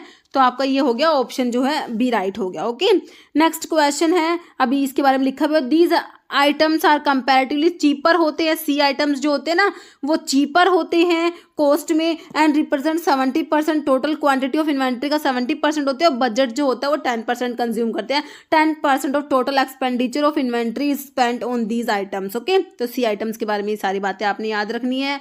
ओके, नेक्स्ट क्वेश्चन है, which of the following belong to B category in ABC analysis. अब हमने सी के बारे में देख लिया, अब हम देखेंगे बी आइटम्स के बारे में। तो बी आइटम होता है 20% टोटल इन्वेंट्री का, तो 20% बजट कंज्यूम करते हैं। ओके, इसमें 20-20 ही हमने याद रखना होता है। ओके, देखिए अब बी आइटम्स के बारे में। Item cover 10% of total inventory, तो टोटल इन्वेंट्री का जो 10% वो तो आपके ए आइटम्स होते हैं। Item that need close follow up, require moderate control, item handled by senior officer, तो सीनियर ऑफिसर तो आपके ए आइटम्स को जो है हैंडल करते हैं ना, तो इनको जो आपके जो बी आइटम है इनको तो मिडिल मैनेजमेंट जो होता है वो ही हैंडल कर लेता है, ठीक है। तो आपका जो है बी के बारे में कौन सी बात सही हो जाएगी, इनको क्या रिक्वायर मॉडरेट कंट्रोल की रिक्वायरमेंट होती है इनको, ठीक है। जो ए आइटम थे उनको तो क्या स्ट्रिक्ट कंट्रोल की रिक्वायरमेंट होती है ना। जो बी आइटम होते हैं इनको रिक्वायर मॉडरेट कंट्रोल। ओके, और जो सी आइटम होते हैं उनका क्या होता है, दे रिक्वायर लूज कंट्रोल। तो आपका जो है बी के बारे में क्या सही हो गया, ऑप्शन सी राइट हो गया। ओके, देखिए द आइटम्स, अब इसके बारे में लिखा हुआ है, किसके बारे में, आपके बी आइटम्स के बारे में लिखा हुआ है। Items coming under this group are, ना तो ये कॉस्टली होते ना ही चीप होते। These items constitute 20% total quantity का और 20% टोटल एक्सपेंडिचर इन्वेंट्री का स्पेंड किया जाता है इन आइटम्स के ऊपर। ओके, तो ये हमारे कौन से हो गए, ये हमारे हो गए बी आइटम्स हो गए। ओके, नेक्स्ट क्वेश्चन देखिए, एबीसी एनालिसिस का मतलब पूछा आपसे। एबीसी एनालिसिस का मतलब क्या है, ऑलवेज बेटर कंट्रोल, यही हो जाएगा। ऑलवेज देखिए एवरेज लिखा हुआ है, गलत हो गया। एनुअल नहीं होता, आर्बिट्रेरी नहीं होता, क्या होता है, ऑलवेज बेटर कंट्रोल होता है, ऑप्शन डी। नेक्स्ट है item which represents 10% of total inventory का 10% है और 70% बजट कंज्यूम कर रहे हैं। कौन से आइटम्स हैं, ए बी सी बताइए। 10% टोटल इन्वेंट्री का सिर्फ 10% है और 70% बजट कंज्यूम कर रहे हैं, तो इनको क्या है, ये बहुत ही कॉस्टली आइटम्स है। इनके लिए जो है स्ट्रिक्ट कंट्रोल रिक्वायर्ड होता है और इनको जो है आपके सीनियर ऑफिसर्स हैंडल करते हैं। मैक्सिमम फॉलो अप की नीड होती है इनको, तो ये हमारे होते हैं कौन से, ए आइटम्स होते हैं। ओके, नेक्स्ट तो यही लिखा हुआ है इसमें, ए आइटम ये हमने पढ़ लिया। 10% टोटल इन्वेंट्री का 70% बजट कंज्यूम करेंगे। बी आइटम में 20-20 याद रखेंगे और सी आइटम में ए का ऑपोजिट कर दीजिए। ये 70% जो है टोटल इन्वेंट्री कवर करेंगे और 10% बजट कंज्यूम करेंगे। ओके, सिंपल, आपने ए आइटम का ऑपोजिट कर देना। अगर आप एक याद कर लेंगे ना तो आपको ना सारे याद हो जाएंगे। ओके, नेक्स्ट है, which category of ABC analysis consist of approximately 70% of expenditure, खर्चा कितना है 70%। अभी मैंने बताया था आपको 10% ऑफ ड्रग, तो 10% तो है ड्रग का, मतलब कि 10% ऑफ टोटल इन्वेंट्री और 70% बजट कंज्यूम कर रहे हैं। वही देखिए, वही क्वेश्चन है, थोड़ी सी लैंग्वेज चेंज करी हुई है। ओके, तो ये एमपीएससी में पूछ लिया। तो कौन से आइटम्स हैं हमारे, ए आइटम्स की बात हो रही है। ओके, नेक्स्ट है in ABC analysis A items are. देखिए फिर से उसी पेपर में एमपीएससी में दोबारा से ये क्वेश्चन पूछा कि ए आइटम्स के बारे में 10 to 20% ऑफ आइटम्स। तो आइटम्स का मतलब कि इन्वेंट्री का 10 to 20% and 70 to 80% of expenditure. 1 to 2% of items and 70 to 80, तो 1 to 2% तो नहीं होते। 10 to 20% ऑफ आइटम 90 से 95% एक्सपेंडिचर तो नहीं होता, ये 1 to 2% भी कट जाएगा। तो इसका आंसर क्या निकल के आ रहा है, हमारा ऑप्शन 1 निकल के आ जाएगा, है ना, क्योंकि हमने देखा है 10% ऑफ द टोटल इन्वेंट्री का 70% बजट कंज्यूम करते, तो हमारा ऑप्शन ए जो है सही हो जाएगा। नेक्स्ट क्वेश्चन है EOQ स्टैंड फॉर। ये महाराष्ट्र में भी पूछा हुआ था, रिसेंटली एग्जाम होता। इकोनॉमिक ऑर्डर क्वांटिटी, बिल्कुल सिंपल इसकी फुल फॉर्म ही आपसे पूछे। EOQ stand for economic order quantity होता है। ऑप्शन देख लीजिए, आपका ऑप्शन 1 राइट हो जाएगा। ओके, नेक्स्ट है economic order quantity aims at minimising. तो EOQ जो है इकोनॉमिक ऑर्डर क्वांटिटी, इसमें किसको मिनिमाइज करते हैं, carrying cost, ordering cost, both supplier price. देखिए इसमें जो होता है आपका ऑर्डरिंग कॉस्ट और कैरिंग कॉस्ट दोनों को मिनिमाइज करना होता है। इकोनॉमिक ऑर्डर क्वांटिटी में क्या होता है, ऑर्डरिंग कॉस्ट और carrying cost, inventory carrying cost होती है, ऑर्डरिंग कॉस्ट, दोनों को ही मिनिमाइज करना होता है। Okay, next in economic order quantity which of the following should be minimum. तो इसमें क्या करें, मिनिमम क्या होना चाहिए, तो हमने अभी देखा ऑर्डरिंग कॉस्ट और कैरिंग कॉस्ट दोनों ही मिनिमम होनी चाहिए। ऑप्शन आपका ए हो जाएगा। ओके, नेक्स्ट क्वेश्चन है, तो इसमें ऑर्डरिंग कॉस्ट और कैरिंग कॉस्ट के बारे में लिखा हुआ है। ओके, EOQ में जो हम लोग पढ़ते हैं ऑर्डरिंग कॉस्ट, तो ऑर्डरिंग कॉस्ट में क्या आता है, ordering cost consist of the cost of paper work, paper work की cost, paper work involve in placing order like use of paper, typing, posting, filing, इन सब के लिए इन सबको मिनिमाइज करना है। It also include the cost of salaries of staff involve in this work. Okay, तो स्टाफ की सैलरी जो इस वर्क में इन्वॉल्व है वो भी ऑर्डरिंग कॉस्ट में आ जाएगी। Cost incidental to placing an order like follow up, receiving, inspection, ये सब आपका ऑर्डरिंग कॉस्ट में आ जाएगा। और इन्वेंट्री कैरिंग कॉस्ट में क्या क्या आता है, it is represented by items like जो रेंट ऑफ स्टोरेज है, कॉस्ट ऑफ इंश्योरेंस है, कॉस्ट ऑफ टैक्सीज है, सैलरीज है स्टोर कीपर्स की, and loss in storage due to pilferage, waste, breakage. तो ये सब आपका इन्वेंट्री कैरिंग कॉस्ट में आ जाएगा। ओके, तो आपसे अलग अलग देख के भी पूछ सकते हैं कि ये किस में आएगा, इन्वेंट्री कैरिंग कॉस्ट में क्या क्या आता है, तो थोड़ा सा इसके बारे में पता होना चाहिए। लेकिन नेक्स्ट है in as per EOQ analysis which cost is more और less fixed, ordering cost, inventory carrying cost, both या नन। ठीक है, मोर और लेस फिक्स्ड होती है आपकी कौन सी, ऑर्डरिंग कॉस्ट, ऑप्शन 1। नेक्स्ट है inventory carrying cost consist of, तो मैंने अभी आपको बताया था इस टाइप से पूछ सकते हैं। तो इन्वेंट्री कैरिंग कॉस्ट में क्या आएगा, तो मैंने अभी आपको बताया ऑर्डरिंग कॉस्ट में क्या आता है और इन्वेंट्री कैरिंग कॉस्ट में क्या आता है, बताइए। Cost of insurance and tax, salaries of store keepers and loss in stores, rent of storage, सारी इन्वेंट्री कैरिंग कॉस्ट में आए थे ना। Answer is option 4, all of the above. Next inventory carrying cost is represented by items like, तो inventory carrying cost का ये केरला के exam में क्वेश्चन पूछा हुआ था। तो inventory carrying cost is represented by items, तो इन्वेंट्री कैरिंग कॉस्ट में क्या क्या पढ़ा आपने, कॉस्ट ऑफ इंश्योरेंस आया था, बिल्कुल आया था। कॉस्ट ऑफ पेपर वर्क तो इसमें नहीं आया, कॉस्ट ऑफ टैक्सेस भी आया था, कॉस्ट ऑफ पोस्टिंग भी आपका ऑर्डरिंग कॉस्ट में आ जाएगा ना। तो इन्वेंट्री कैरिंग कॉस्ट में आपका क्या आया, कॉस्ट ऑफ इंश्योरेंस आया और कॉस्ट ऑफ टैक्सेस 1 और 3 आया आपका, है ना। तो आपका जो 1 और 3 आपका ऑप्शन बी में दिया हुआ है, तो आपका जो है आंसर क्या हो जाएगा, ऑप्शन बी राइट हो जाएगा। ओके, तो इन्वेंट्री कैरिंग कॉस्ट में आपका जो देख लीजिए रेंट ऑफ स्टोरेज, लॉस, जो cost of insurance, cost of taxes, salaries of store keepers, loss in stores due to pilferage, waste, breakage, ये सब आ जाएगा। नेक्स्ट है परपीचुअल इन्वेंट्री सिस्टम कंप्राइज, तो परपीचुअल इन्वेंट्री सिस्टम में क्या आता है, bin card, store ledger, continuous stock taking या ऑल, देखिए सारी ही चीजें आ जाएंगी परपीचुअल इन्वेंट्री सिस्टम में। परपीचुअल इन्वेंट्री सिस्टम जो आपकी इन्वेंट्री कंट्रोल की टेक्निक है उसमें आपका परपीचुअल जो ये इन्वेंट्री सिस्टम भी आता है। ABC एनालिसिस देखा हमने, एक हमने EOQ एनालिसिस देख लिया, एक ये परपीचुअल इन्वेंट्री सिस्टम भी आता है इसमें। ओके, नेक्स्ट है to detect slow and non moving item which of the following steps to be taken. ठीक है, तो आपका जो है review of slow and non moving items, ये आपका इन्वेंट्री कंट्रोल की एक टेक्निक है। तो कह रहे हैं to detect slow and non moving items which of the following steps to be taken, periodic report, obsolete items, moving ratio, all. तो आपकी तीनों ही बातें सही है, ऑप्शन 4 हो जाएगा, all of the above. Okay, next है a drug store is called ideal drug store if its inventory. A drug store को आइडल ड्रग स्टोर कब कहेंगे? जब उसकी इन्वेंट्री क्या होगी? एक्सेस में होगी, इनएडिक्वेट होगी, मीगर होगी, या फिर at level between excessive and inadequate. तो अगर ड्रग स्टोर को आइडल ड्रग स्टोर कहेंगे कब कहेंगे? जब उसकी इन्वेंट्री क्या होगी? At level between excessive and inadequate. Okay, next in VED analysis D stands for. तो वीईडी एनालिसिस में डी किसके लिए स्टैंड करता है? तो देखिए वीईडी एनालिसिस का फुल फॉर्म होता है वाइटल, वी से वाइटल, ई से इसेंशियल, डी से होता है डिजायरेबल। Vital, essential, desirable. तो ये भी हमारी क्या है? इन्वेंट्री कंट्रोल की एक टेक्निक है। तो हमने एबीसी एनालिसिस देखा इन्वेंट्री कंट्रोल की टेक्निक में, ईओक्यू देखा, इकोनॉमिक ऑर्डर क्वांटिटी, अब वीईडी भी होता है। ओके, और आपने जो है परपेचुअल इन्वेंट्री सिस्टम देखा, review of slow and non moving जो है आइटम्स देखा, इनपुट आउटपुट रेशो भी आता है इसमें। तो इसमें डी बता दिया मैंने। डाटा ऑप्शन देखिए, data of receipt of item, deviation of stock, daily desire item, desirable item. तो answer is option 4 desirable item हो जाएगा ना। नेक्स्ट है a method of recording store balance after every receipt and issue to facilitate regular checking and to obviate closing down stock taking. ABC analysis तो हमने देखी थी, अलग देखी थी, ऑलवेज बेटर कंट्रोल, वीईडी भी देख लिया, vital, essential, desirable, perpetual inventory system या ईओक्यू इकोनॉमिक ऑर्डर क्वांटिटी। तो ये किस में आ जाएगा? परपेचुअल इन्वेंट्री सिस्टम में, कंट्रोल में आ जाएगा। Okay, perpetual inventory control, option C.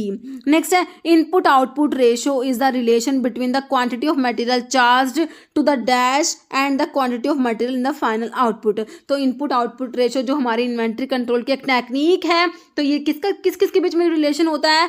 Quantity of material charged to the आपका आ जाएगा प्रोडक्शन प्रोसेस आ जाएगा ना, to the production process and the quantity of material in the final output. ठीक है, तो तमिलनाडु में पूछा हुआ क्वेश्चन है, ये हमारा आंसर ऑप्शन डी हो गया। Next, dash technique is use to find out how much of the inventory to be order. कितनी इन्वेंट्री ऑर्डर करनी है? तो किस में पढ़ते हो आप लोग? वीईडी में एनालिसिस में आता है, वाइटल, इसेंशियल, डिजायरेबल में आएगा, ईओक्यू में आईओ रेशो मतलब input output ratio, bin card में। तो कितनी inventory, how much of inventories to be ordered, ये हमारा ईओक्यू इकोनॉमिक ऑर्डर क्वांटिटी में आता है। ओके, ऑप्शन बी राइट हो जाएगा आप लोगों का। देखिए नेक्स्ट है it dash is an important inventory control technique that is useful in determining how much to order. वही है कि how much of inventories to be ordered, वही है। तो किस में आता है? हमने अभी देखा, तो ये देखिए ये रिपीट हुआ क्वेश्चन है, रिसेंटली एमपीएससी 2023 में पूछा गया था। तो आपका ईओक्यू के बारे में ही है। ओके, तो ऑप्शन 4 राइट हो गया। नेक्स्ट है in drug store expiry dated drug formulations are called. तो देखिए स्क्रैप आइटम, सरप्लस, ऑब्सोलीट है, डोरमेंट मटेरियल। तो ये ऑब्सोलीट आइटम्स होते हैं, ऑप्शन 3 राइट हो जाएगा। VED analysis inventory control stands for. तो वीईडी का फुल फॉर्म आपने बताना है, मैंने आपको क्या बताया था? Vital, essential, desirable. Vital essential drug नहीं होता, वाइटल इसेंशियल डिजायरेबल होता है, ऑप्शन 2 राइट हो जाएगा। बाकी वेरी नहीं होता, वेरी वाले ऑप्शन काट दीजिए। नेक्स्ट क्वेश्चन है inventories moving temporarily because of seasonal production are called. Obsolete item, surplus item, dormant item, scrap item. Inventory moving temporarily because of seasonal production, तो इन्हें कहेंगे डोरमेंट आइटम्स कहेंगे, ऑप्शन सी राइट हो जाएगा। Next है item which become useless due to change in design, production और process. ठीक है, ऐसे आइटम जो यूजलेस हो जाते हैं, क्यों? डिजाइन चेंज की वजह से, प्रोडक्शन या प्रोसेस की वजह से। तो इन्हें क्या कहेंगे? Slow moving item, dormant item, obsolete, legitimate.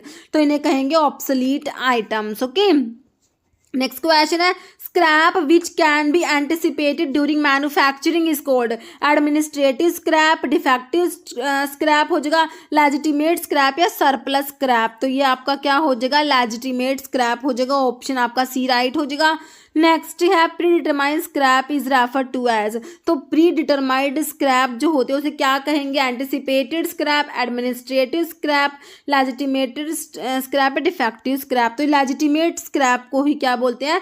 Pre determined scrap बोलते हैं, या फिर प्री डिटरमाइंड स्क्रैप को ही लेजिटिमेट स्क्रैप बोलते हैं। ओके, नेक्स्ट क्वेश्चन है हमारा time interval between placing the order for purchase and receipt of item is called. बहुत ही इंपॉर्टेंट क्वेश्चन है, बहुत सारे एग्जाम में रिपीट हुआ है ये। ओके, एमपीएससी का एग्जाम होता है उसमें तो ये क्वेश्चन 2 बार आ गया था। ओके, और भी केरला में आया, बहुत से एग्जाम में रिपीट हुआ है।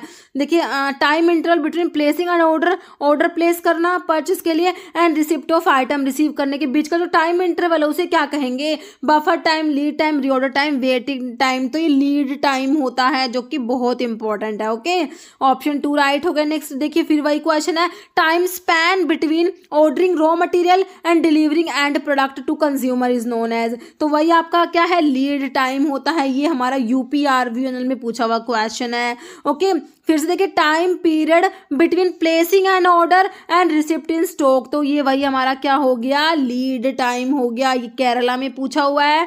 ओके, नेक्स्ट देखिए which of the following term denote the average duration in days between placing of an order and receipt of material. तो ये भी हमारा लीड टाइम हो गया। तो आप कहेंगे एक क्वेश्चन मैम ने कितनी बार रिपीट कर दिया? देखिए इतने ही एग्जाम में क्वेश्चन आया हुआ है, तो इससे आपको क्या बताना है कि क्वेश्चन इंपॉर्टेंट है, क्वेश्चन इस टाइप से रिपीट होते हैं। ओके, नेक्स्ट है which of the following is not an inventory control का मेथड नहीं है। तो ये रिसेंटली महाराष्ट्र में पूछा हुआ क्वेश्चन है। कह रहे हैं इन्वेंट्री की मेथड मैंने आपको बताया, कौन कौन से बताए? देखिए vital, essential, desirable, VED analysis बताया क्या? बिल्कुल बताया। Always water control, ABC analysis हमने देखा, बिल्कुल देखा। इनफ्लो आउटफ्लो कंट्रोल एनालिसिस था कुछ ऐसा, या परपेचुअल इन्वेंट्री सिस्टम था? तो देखिए परपेचुअल इन्वेंट्री सिस्टम तो था, लेकिन ये इनफ्लो आउटफ्लो कंट्रोल एनालिसिस ऐसा कुछ नहीं होता। इनपुट आउटपुट रेशियो एनालिसिस होता है, इनफ्लो आउटफ्लो नहीं होता। ओके, ऑप्शन सी राइट हो गया। नेक्स्ट है lower limit below which stock of any item should not normally be allowed to fall. Lower limit below which stock of any item should not normally be allowed to fall is lead stock, average stock, buffer stock, reorder stock. तो ये होता है क्या होता है? Buffer stock होता है। क्या बोलते हैं इसको? बफर स्टॉक होता है। ऑप्शन आपका सी राइट हो जाएगा। ठीक है, बफर स्टॉक जो है इसको मिनिमम स्टॉक लेवल भी कह सकते हैं और सेफ्टी स्टॉक भी कह सकते हैं। तो आपसे पूछ सकते हैं buffer stock is also known as, है ना, मिनिमम स्टॉक लेवल भी यही है और सेफ्टी स्टॉक लेवल भी यही है, जो बफर स्टॉक है एक ही बात है वो तीनों। ओके, नेक्स्ट है point eight which business order new stock from the supplier. वो पॉइंट जिस पर क्या कह रहे हैं बिजनेस जो है ऑर्डर करेगा, न्यू स्टॉक ऑर्डर करेगा फ्रॉम द सप्लायर, तो उस पॉइंट को क्या कहेंगे? रीस्टॉक लेवल कहेंगे, रीफिल लेवल कहेंगे, रीलोड या रीऑर्डर लेवल? तो इसको कहेंगे रीऑर्डर लेवल कहेंगे। ऑप्शन आपका डी राइट हो जाएगा। ओके, देखिए रीऑर्डर लेवल कह रहे हैं fixed between the minimum and maximum stock level. कह रहे when stock of inventory reaches at this point the process for purchase of material should be started. The reorder level is slightly more than minimum stock level to guard against abnormal use of items and normally delay in supply. Okay, फिर कह रहे हैं formula भी अभी एक exam में पूछा हुआ था इसका कैलकुलेट करने का रीऑर्डर लेवल को, तो इसको कैलकुलेट करने के लिए आप लोग ध्यान रखना फॉर्मूला। ओके, देखिए कंप्लीट देख लीजिए फॉर्मूला इसका। तो रीऑर्डर लेवल क्या होता है? Minimum consumption during the period multiply करेंगे मैक्सिमम रीऑर्डर पीरियड से। ठीक है, तो इसको कैलकुलेट करने का फॉर्मूला क्या है? Minimum consumption during the period multiply करेंगे इसको किससे? मैक्सिमम रीऑर्डर पीरियड से। तो ये आपका है रीऑर्डर लेवल को कैलकुलेट करने का फॉर्मूला है। Method is used for sale promotions. देखिए सेल प्रमोशंस के लिए कौन कौन से मेथड यूज किए जाते हैं? देखिए कूपन्स है, ट्रेड स्टैम्प है, फ्री सैंपल्स है, ऑल। देखिए सारे ही मेथड्स यूज किए जाते हैं सेल प्रमोशंस के लिए। ओके, कूपन्स हो गया, ट्रेड स्टैम्प हो गया, फ्री सैंपल्स हो गया। ओके, देखिए टेक्निक और सेल प्रमोशंस के और कौन कौन से मेथड्स है? देखिए फ्री सैंपल्स देखा हमने, ट्रेड स्टैम्प्स, कूपन्स देखा, बाकी प्रीमियम और बोनस ऑफर होता है, प्राइस कॉन्टेस्ट होता है, फेयर एंड एग्जीबिशन भी होता है टेक्निक ऑफ सेल प्रमोशंस में। Okay, next second step in selling process. Selling process में सेकंड स्टेप जो है वो क्या होता है? प्री स्केल प्रेपरेशन होता है, प्रोस्पेक्टिंग होता है, अप्रोचिंग होता है, प्रेजेंटेशन होता है। ओके, तो ये देखिए स्टेप वाइज ही लिखे हुए हैं सेलिंग प्रोसेस के जो स्टेप है ना, इनको first second third step wise ही लिखे हुए हैं। तो सेकंड स्टेप आपका प्रोस्पेक्टिंग हो जाएगा। ऑप्शन आपका बी राइट हो जाएगा। ओके, तो देखिए कौन कौन से स्टेप होते हैं सेलिंग प्रोसेस में? प्री स्केल प्रेपरेशन होता है, प्रोस्पेक्टिंग, फिर approaching, presentation, dealing with object, closing the sale, follow up. Okay, next है which of the following are essential quality of a salesman. Salesman की इसेंशियल क्वालिटी क्या होती है? Moral, vocational, mental या all?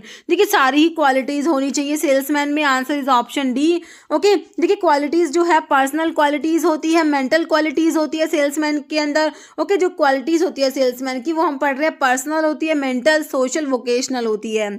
Next, colour have attention value in the following order for window display.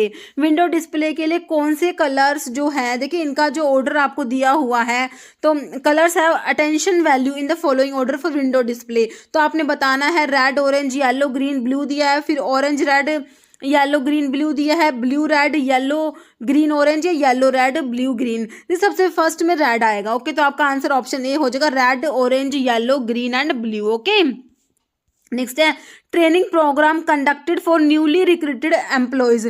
जो newly recruited employees हैं उनके लिए जो ट्रेनिंग प्रोग्राम कंडक्ट किए जाते हैं उन्हें क्या कहेंगे? एडवांसमेंट प्रोग्राम कहेंगे, इंडक्शन प्रोग्राम कहेंगे, रोटेशन या मॉक प्रोग्राम, तो उनको कहेंगे इंडक्शन प्रोग्राम कहेंगे। ओके, तो ये आपका UPRVUNL में पूछा हुआ क्वेश्चन 2022 में। Next, induction training is required to, तो अभी हमने देखा न्यूली जो रिक्रूटेड एम्प्लॉयज़ के लिए होती है इंडक्शन ट्रेनिंग प्रोग्राम, है ना, तो newly employees existing both in none, तो न्यू एम्प्लॉयज़ जो होते हैं ना उनके लिए होता है। ऑप्शन 1 राइट हो जाएगा। नेक्स्ट है recruitment process is considered as positive negative multiple divisible, तो रिक्रूटमेंट प्रोसेस क्या है? पॉजिटिव कंसिडर किया जाता है। Next, which of the following statement is true, कौन सी बात सही लिखी हुई है? आपको जो है इसमें 5 स्टेटमेंट्स दिए हुए हैं, कौन सी बात सही है? देखिए, इंडस्ट्रियल बैंक इज IDBI, तो IDBI कह रही इंडस्ट्रियल बैंक है, industrial development bank of India, तो बिल्कुल सही है। Land mortgage bank is land development bank. Exim bank of India was launched in 1982। State bank of India SBI जो है केम इनटू एग्जिस्टेंस इन 1955 या ऑल। देखिए सारी ही बातें सही लिखी हुई है, तो आपका आंसर क्या हो जाएगा? ऑप्शन 5 हो जाएगा, all of the above.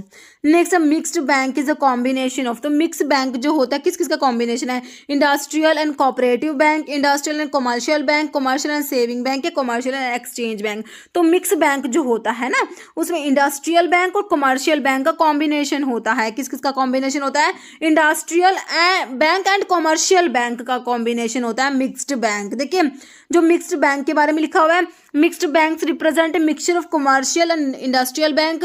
M of commercial, जो कमर्शियल बैंक होते हैं वो तो क्या प्रोवाइड करते हैं? शॉर्ट टर्म फाइनेंस प्रोवाइड करते हैं, और जो इंडस्ट्रियल बैंक होता है वो क्या प्रोवाइड करता है? लॉन्ग टर्म फाइनेंस प्रोवाइड करते हैं टू इंडस्ट्रियल कंसर्न। ठीक है, तो mix bank provide the facility of both short term finance and long term finance. Okay, next, bank launched in India for promoting the export and import of goods and service.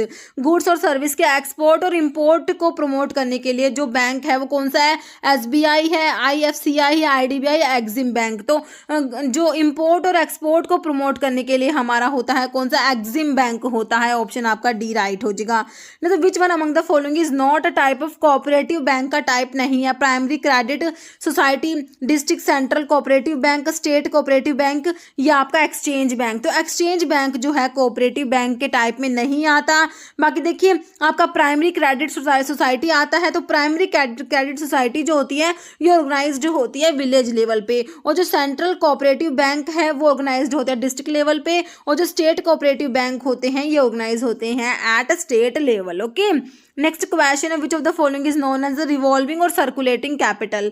तो revolving और circulating capital किसे कहेंगे? तमिलनाडु में पूछा हुआ recently question 2023 में। देखिए working capital कहेंगे, फिक्स्ड कैपिटल कहेंगे, परमानेंट कैपिटल कहेंगे, वेरिएबल वर्किंग कैपिटल कहेंगे। ओके, तो रिवॉल्विंग और सर्कुलेटिंग कैपिटल, ठीक है, इसको रिवॉल्विंग कैपिटल भी कह सकते हैं, सर्कुलेटिंग कैपिटल भी कह सकते हैं और वर्किंग कैपिटल भी कह सकते हैं। Answer is option A, working, revolving या सर्कुलेटिंग कैपिटल। तो होती क्या है ये?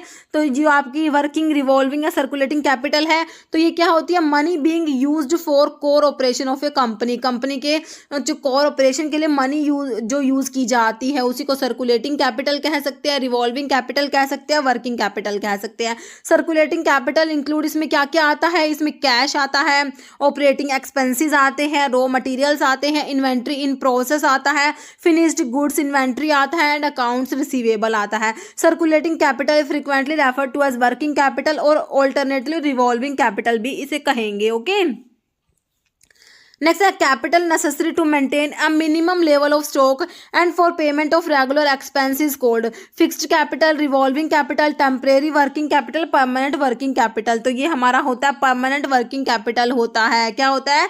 परमानेंट वर्किंग कैपिटल क्या है? Capital necessary to maintain a minimum level of stock and for payment of regular expense. तो ये हमारा परमानेंट वर्किंग कैपिटल होता है। ओके, देखिए परमानेंट और फिक्स्ड वर्किंग कैपिटल क्या है? It is always necessary for a business to maintain a certain minimum level of stock of raw material and finished good and to pay regular expenses को pay करने के लिए। Okay, जैसे wages हो गया, है ना, सैलरीज हो गया, रेंट हो गया, इंटरेस्ट हो गया।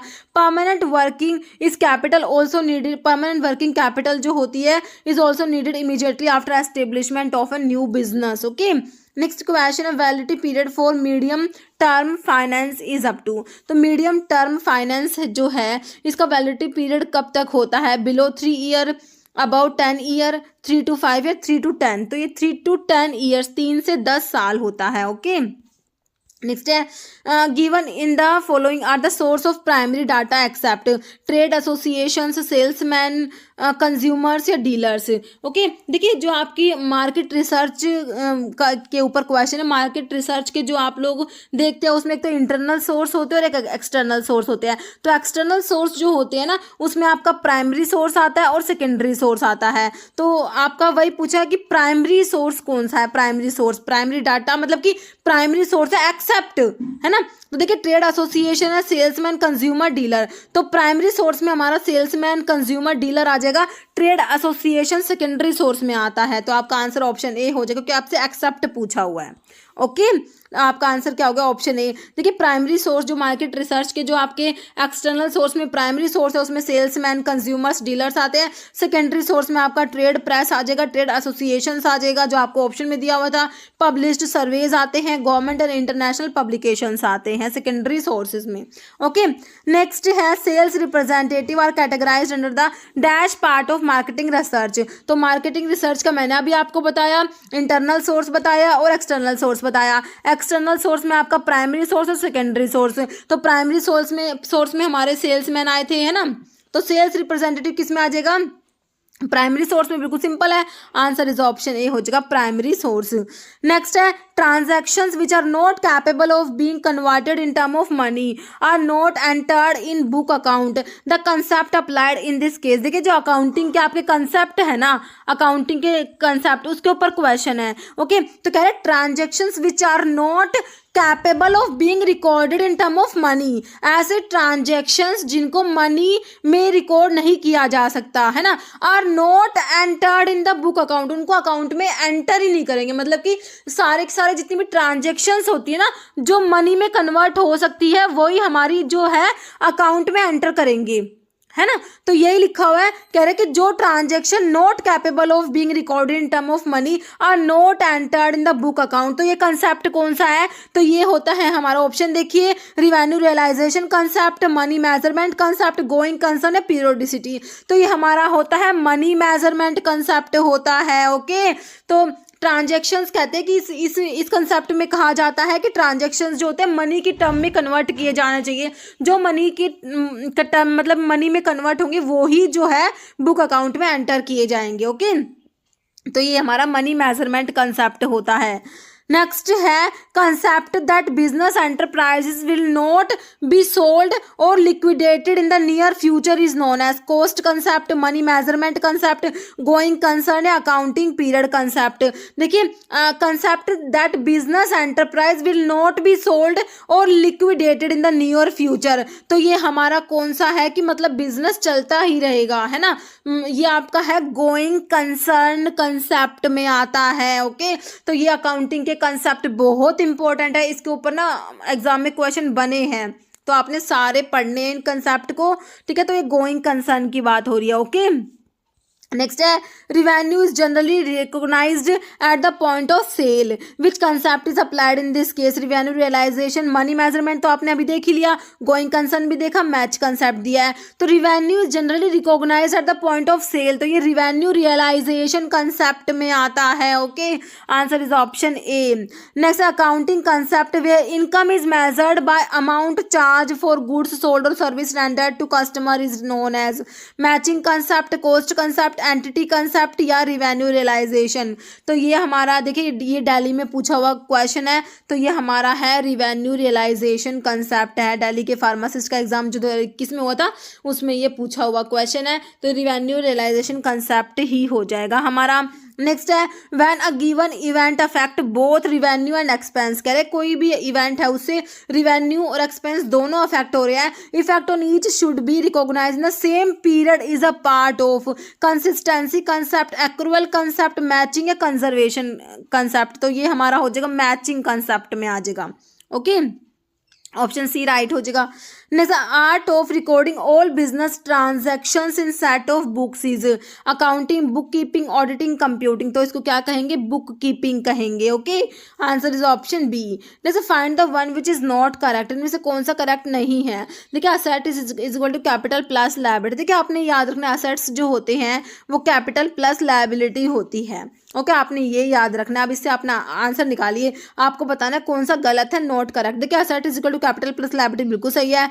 असेट, अब देखिए असेट माइनस, अब इस एल को इधर ले आइए, minus liability is equal to capital, ये भी सही है। असेट्स माइनस ये कैपिटल को इधर ले आइए, capital is equal to liability, ये भी सही है ना। Asset is equal to capital minus liability नहीं होता, तो आपका नोट में ऑप्शन डी आ जाएगा। ओके, नेक्स्ट है salary of staff is entered in which among the following account. जो सैलरी होती है स्टाफ की, सैलरीज जो होती है वो कौन से अकाउंट में आती है, सैलरीज जो है उसके लिए कौन सा अकाउंट होता है, रियल अकाउंट है, नॉमिनल। देखिए पर्सनल अकाउंट तो मतलब किसी पर्सन से रिलेटेड होगा ना, पर्सनल है, नॉमिनल, तीन टाइप के पढ़ते हो आप, पर्सनल, रियल, नॉमिनल। ठीक है, तो सैलरीज वगैरह जो होती है ना वो किस में आती है, वो हमारे नॉमिनल अकाउंट में आ जाएंगी। ऑप्शन आपका बी हो जाएगा, नॉमिनल अकाउंट होगा। ओके, अभी मैंने सारा आगे लिखा हुआ अकाउंट्स के बारे में हम लोग देख लेते हैं। नेक्स्ट क्वेश्चन देखिए, टेंजिबल और intangible accounts are referred to as. Tangible और इनटेंजिबल अकाउंट्स जो हैं वो कौन से हैं, पर्सनल अकाउंट है, परमानेंट अकाउंट है, टेम्परेरी अकाउंट है या रियल अकाउंट है। तो टेंजिबल और इनटेंजिबल अकाउंट्स आपके रियल अकाउंट्स में आते हैं। किस में आते हैं, रियल अकाउंट्स जो होते हैं उसमें आपके टेंजिबल अकाउंट आते हैं और इनटेंजिबल अकाउंट्स आते हैं। ओके, देखिए अभी अकाउंट्स के बारे में लिखा हुआ classification of accounts in accounting. कौन कौन से अकाउंट्स होते हैं, पर्सनल, रियल और नॉमिनल। ठीक है, तीन होते हैं, पर्सनल, रियल और नॉमिनल।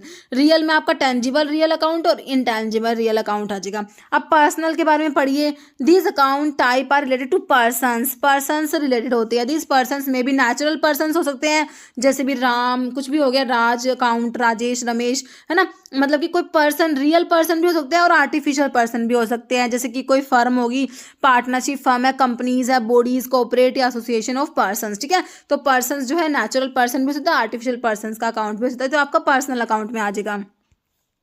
फिर हमारे रियल अकाउंट जो होते हैं, these account type are related to assets और प्रॉपर्टीज से रिलेटेड होते हैं। They are further classified as tangible real account और इनटेंजिबल रियल अकाउंट्स में आते हैं, इनमें आते हैं। तो these include assets that are physical existence, जो टच कर सकते हैं हम, जिनका फिजिकल एग्जिस्टेंस होता है, वो आपके टेंजिबल रियल अकाउंट में आते हैं। टेंजिबल में कौन से आएंगे, जिनको टच किया जा सके, जैसे कि बिल्डिंग हो गया, कैश हो गया, स्टेशनरी हो गया, इन्वेंट्री हो गया, तो ये हमारे हैं टेंजिबल रियल अकाउंट है। इनटेंजिबल कौन से होंगे, जिनको हम टच नहीं कर सकते, जिनका फिजिकल एग्जिस्टेंस नहीं होता। These assets do not have physical existence and can not be touched, however these can be measured in term of money and have value. जैसे आपका गुडविल हो गया, पेटेंट हो गया, कॉपीराइट, ट्रेडमार्क, ये सब आपके इनटेंजिबल रियल अकाउंट में आ जाएंगे। ओके, क्लियर हो गया। फिर आपका बच गया कौन सा, नॉमिनल अकाउंट। नॉमिनल अकाउंट में जैसे हमारा these account types are related to income and gain and expenses और लॉसेस। ठीक है, तो आपका जो लॉस, इनकम, गेन, एक्सपेंसेस, ये सब आपका किस में आ जाएगा, नॉमिनल अकाउंट्स में। जैसे कि हमारा सैलरीज लिखा हुआ था, नॉमिनल अकाउंट में आता है। Okay, next account which related to intangible things is called. तो अभी मैंने आपको बताया टेंजिबल जो हमारे रियल अकाउंट थे, है ना, तो रियल अकाउंट में हमने देखा टेंजिबल और इनटेंजिबल आता है, टेंजिबल रियल अकाउंट और इनटेंजिबल रियल अकाउंट। तो इसमें क्या कहा है, इनटेंजिबल थिंग्स इज कॉल्ड। तो ये पर्सनल अकाउंट तो किसी पर्सन से रिलेटेड होगा, पर्सन में भी नेचुरल और आर्टिफिशियल। रियल अकाउंट में आपका टेंजिबल और इनटेंजिबल आ गया। नॉमिनल में हमने देख ही लिया, इनकम वगैरह ये सब आ जाएगा, तो हमारा रियल अकाउंट आ जाएगा ना। जो आपका इनटेंजिबल थिंग्स वाला है तो वो इनटेंजिबल रियल अकाउंट आ जाएगा, ऑप्शन बी। नेक्स्ट, तो ये वही लिखा हुआ है रियल अकाउंट्स में, कह रहे हैं these account type are related to assets और प्रॉपर्टीज, वही लिखा हुआ है इसमें, टेंजिबल और इंटेंजिबल रियल अकाउंट मैंने अभी आपको सारा बता दिया। जैसे type of account related to loss and income, तो अभी हमने देखा अकाउंट्स में पर्सनल, रियल और नॉमिनल, तो लॉस और इनकम के लिए कौन सा था, पर्सनल जो किसी पर्सन से रिलेटेड है, रियल में हमने टेंजिबल और इंटेंजिबल रियल अकाउंट्स देख लिए, है ना। तो आपका जो लॉस और इनकम है ये नॉमिनल में आ जाएगा, ऑप्शन आपका 3 हो जाएगा, नॉमिनल अकाउंट। ओके, देखिए नॉमिनल अकाउंट है, this account type are related to income और गेन्स एंड एक्सपेंसेस और loss. Next, which of the following is not a book of original entry, original entry की book नहीं है, journals है, ledgers है, sale books है, cash book. देखिए ledger is not a book of original entry, ledgers जो है secondary entry की बुक्स में आते हैं, ओरिजिनल एंट्री में नहीं आते। जनरल्स है, सेल बुक और कैश बुक आपकी ओरिजिनल एंट्री की बुक्स में आ जाएंगे। आंसर आपका नोट पूछा हुआ था, ऑप्शन बी हो गया। ठीक है, बुक ऑफ ओरिजिनल एंट्रीज जो है, क्या ये बुक्स क्या होती है, this are the books for accounting in which transactions is recorded for the first time from a source document. ठीक है, जैसे ट्रांजैक्शंस होती है, सबसे पहले ट्रांजैक्शंस जो है आपकी जो ओरिजिनल एंट्रीज की बुक में रिकॉर्ड की जाती है। तो कौन कौन सी ओरिजिनल एंट्री की बुक है, जनरल्स होते हैं, कैश बुक्स होती हैं और अदर डे बुक्स होती है। कैश बुक्स में आपकी सिंपल कैश बुक है, 2 कॉलमनार कैश बुक है, 3 कॉलमनार कैश बुक और पैटी कैश बुक्स आती है। अदर डे बुक्स में आपकी purchase book, cell book, purchase return book और सेल रिटर्न बुक्स आती है। तो आपसे ना अलग अलग इनके ऑप्शंस देके भी पूछ सकते हैं, जैसे कि पैटी कैश बुक किस टाइप की है, तो ये सारी बुक ऑफ ओरिजिनल एंट्रीज है, जो है book of original book of entry, because transactions is recorded first in the, सबसे पहले ट्रांजैक्शंस जो है जनरल में ही रिकॉर्ड किए जाते हैं। Ledger on the other hand is called the second book of entry, because transactions in the ledger is transferred from journals to ledger. ठीक है, तो जो लेजर है हमारे किस में आते हैं, बुक ऑफ सेकेंडरी एंट्री में आते हैं, क्योंकि transactions in the ledger is transferred from general to ledger. Okay, next है cash transactions with discounts are recorded in. तो कैश ट्रांजेक्शन्स विद डिस्काउंट्स तो होते हैं, वो किस में रिकॉर्ड करेंगे, कैश बुक में सिंगल कॉलम, कैश बुक में डबल कॉलम, कैश बुक में या लेजर में। तो cash transactions with discounts are, इसको रिकॉर्ड करेंगे किसमें, डबल कॉलम कैश बुक में। नेक्स्ट है ledger is a book of, तो लेजर देखिए ओरिजिनल एंट्री की बुक तो है नहीं, सेकेंडरी एंट्री की बुक है, ऑप्शन आपका 2 राइट हो जाएगा। नेक्स्ट है all the accounts are balanced इन, तो बैलेंसिंग कहाँ होती है, लेजर जनरल दोनों में, तो बैलेंसिंग होती है आपकी लेजर में होती है, ऑप्शन आपका 1 राइट हो जाएगा। Pages of a ledger, ledger के पेजेस को क्या कहेंगे, लीव्स, बिल्स, फोलियोज, लीफलेट्स। तो पेजेस जो है लेजर के उन्हें क्या बोलते हैं, फोलियोज बोलते हैं, ऑप्शन 3 राइट हो जाएगा। जैसे average general entry involve a minimum of 2 in account 3, 4 या 1, तो एवरेज general entry involve a minimum of 2 account, option A right हो जाएगा। Next transactions are recorded in the ledger, तो लेजर में ट्रांजेक्शन्स रिकॉर्ड होते हैं कैसे, year wise, month wise, date wise या अकाउंट वाइज। तो कैसे होती है, अकाउंट वाइज होती है, ऑप्शन 4 राइट हो जाएगा। जैसे रिकॉर्डिंग ऑफ ट्रांजेक्शन्स ना जनरल इज कॉल्ड, जनरल में जो ट्रांजेक्शन्स रिकॉर्ड किए जाते हैं उन्हें क्या कहेंगे, पोस्टिंग, कास्टिंग, जनरलाइजिंग या टैलिंग। तो जनरल्स में जो ट्रांजेक्शन्स की रिकॉर्डिंग होती है उसे जनरलाइजिंग कहेंगे। Okay, option 3। नेक्स्ट है entry from general to ledger is called. ठीक है, अब जनरल से लेजर्स में जो एंट्री हो रही है उसे क्या कहेंगे, पोस्टिंग कहेंगे, ट्रांसफर, रिकॉर्डिंग या जनरलाइजिंग। तो इसे कहेंगे पोस्टिंग कहेंगे। ओके, ऑप्शन ए राइट हो जाएगा। पोस्टिंग क्या कह रहे हैं, process of transfer the debit and credit item from journals to the respective account in ledger, इसे कहते हैं posting.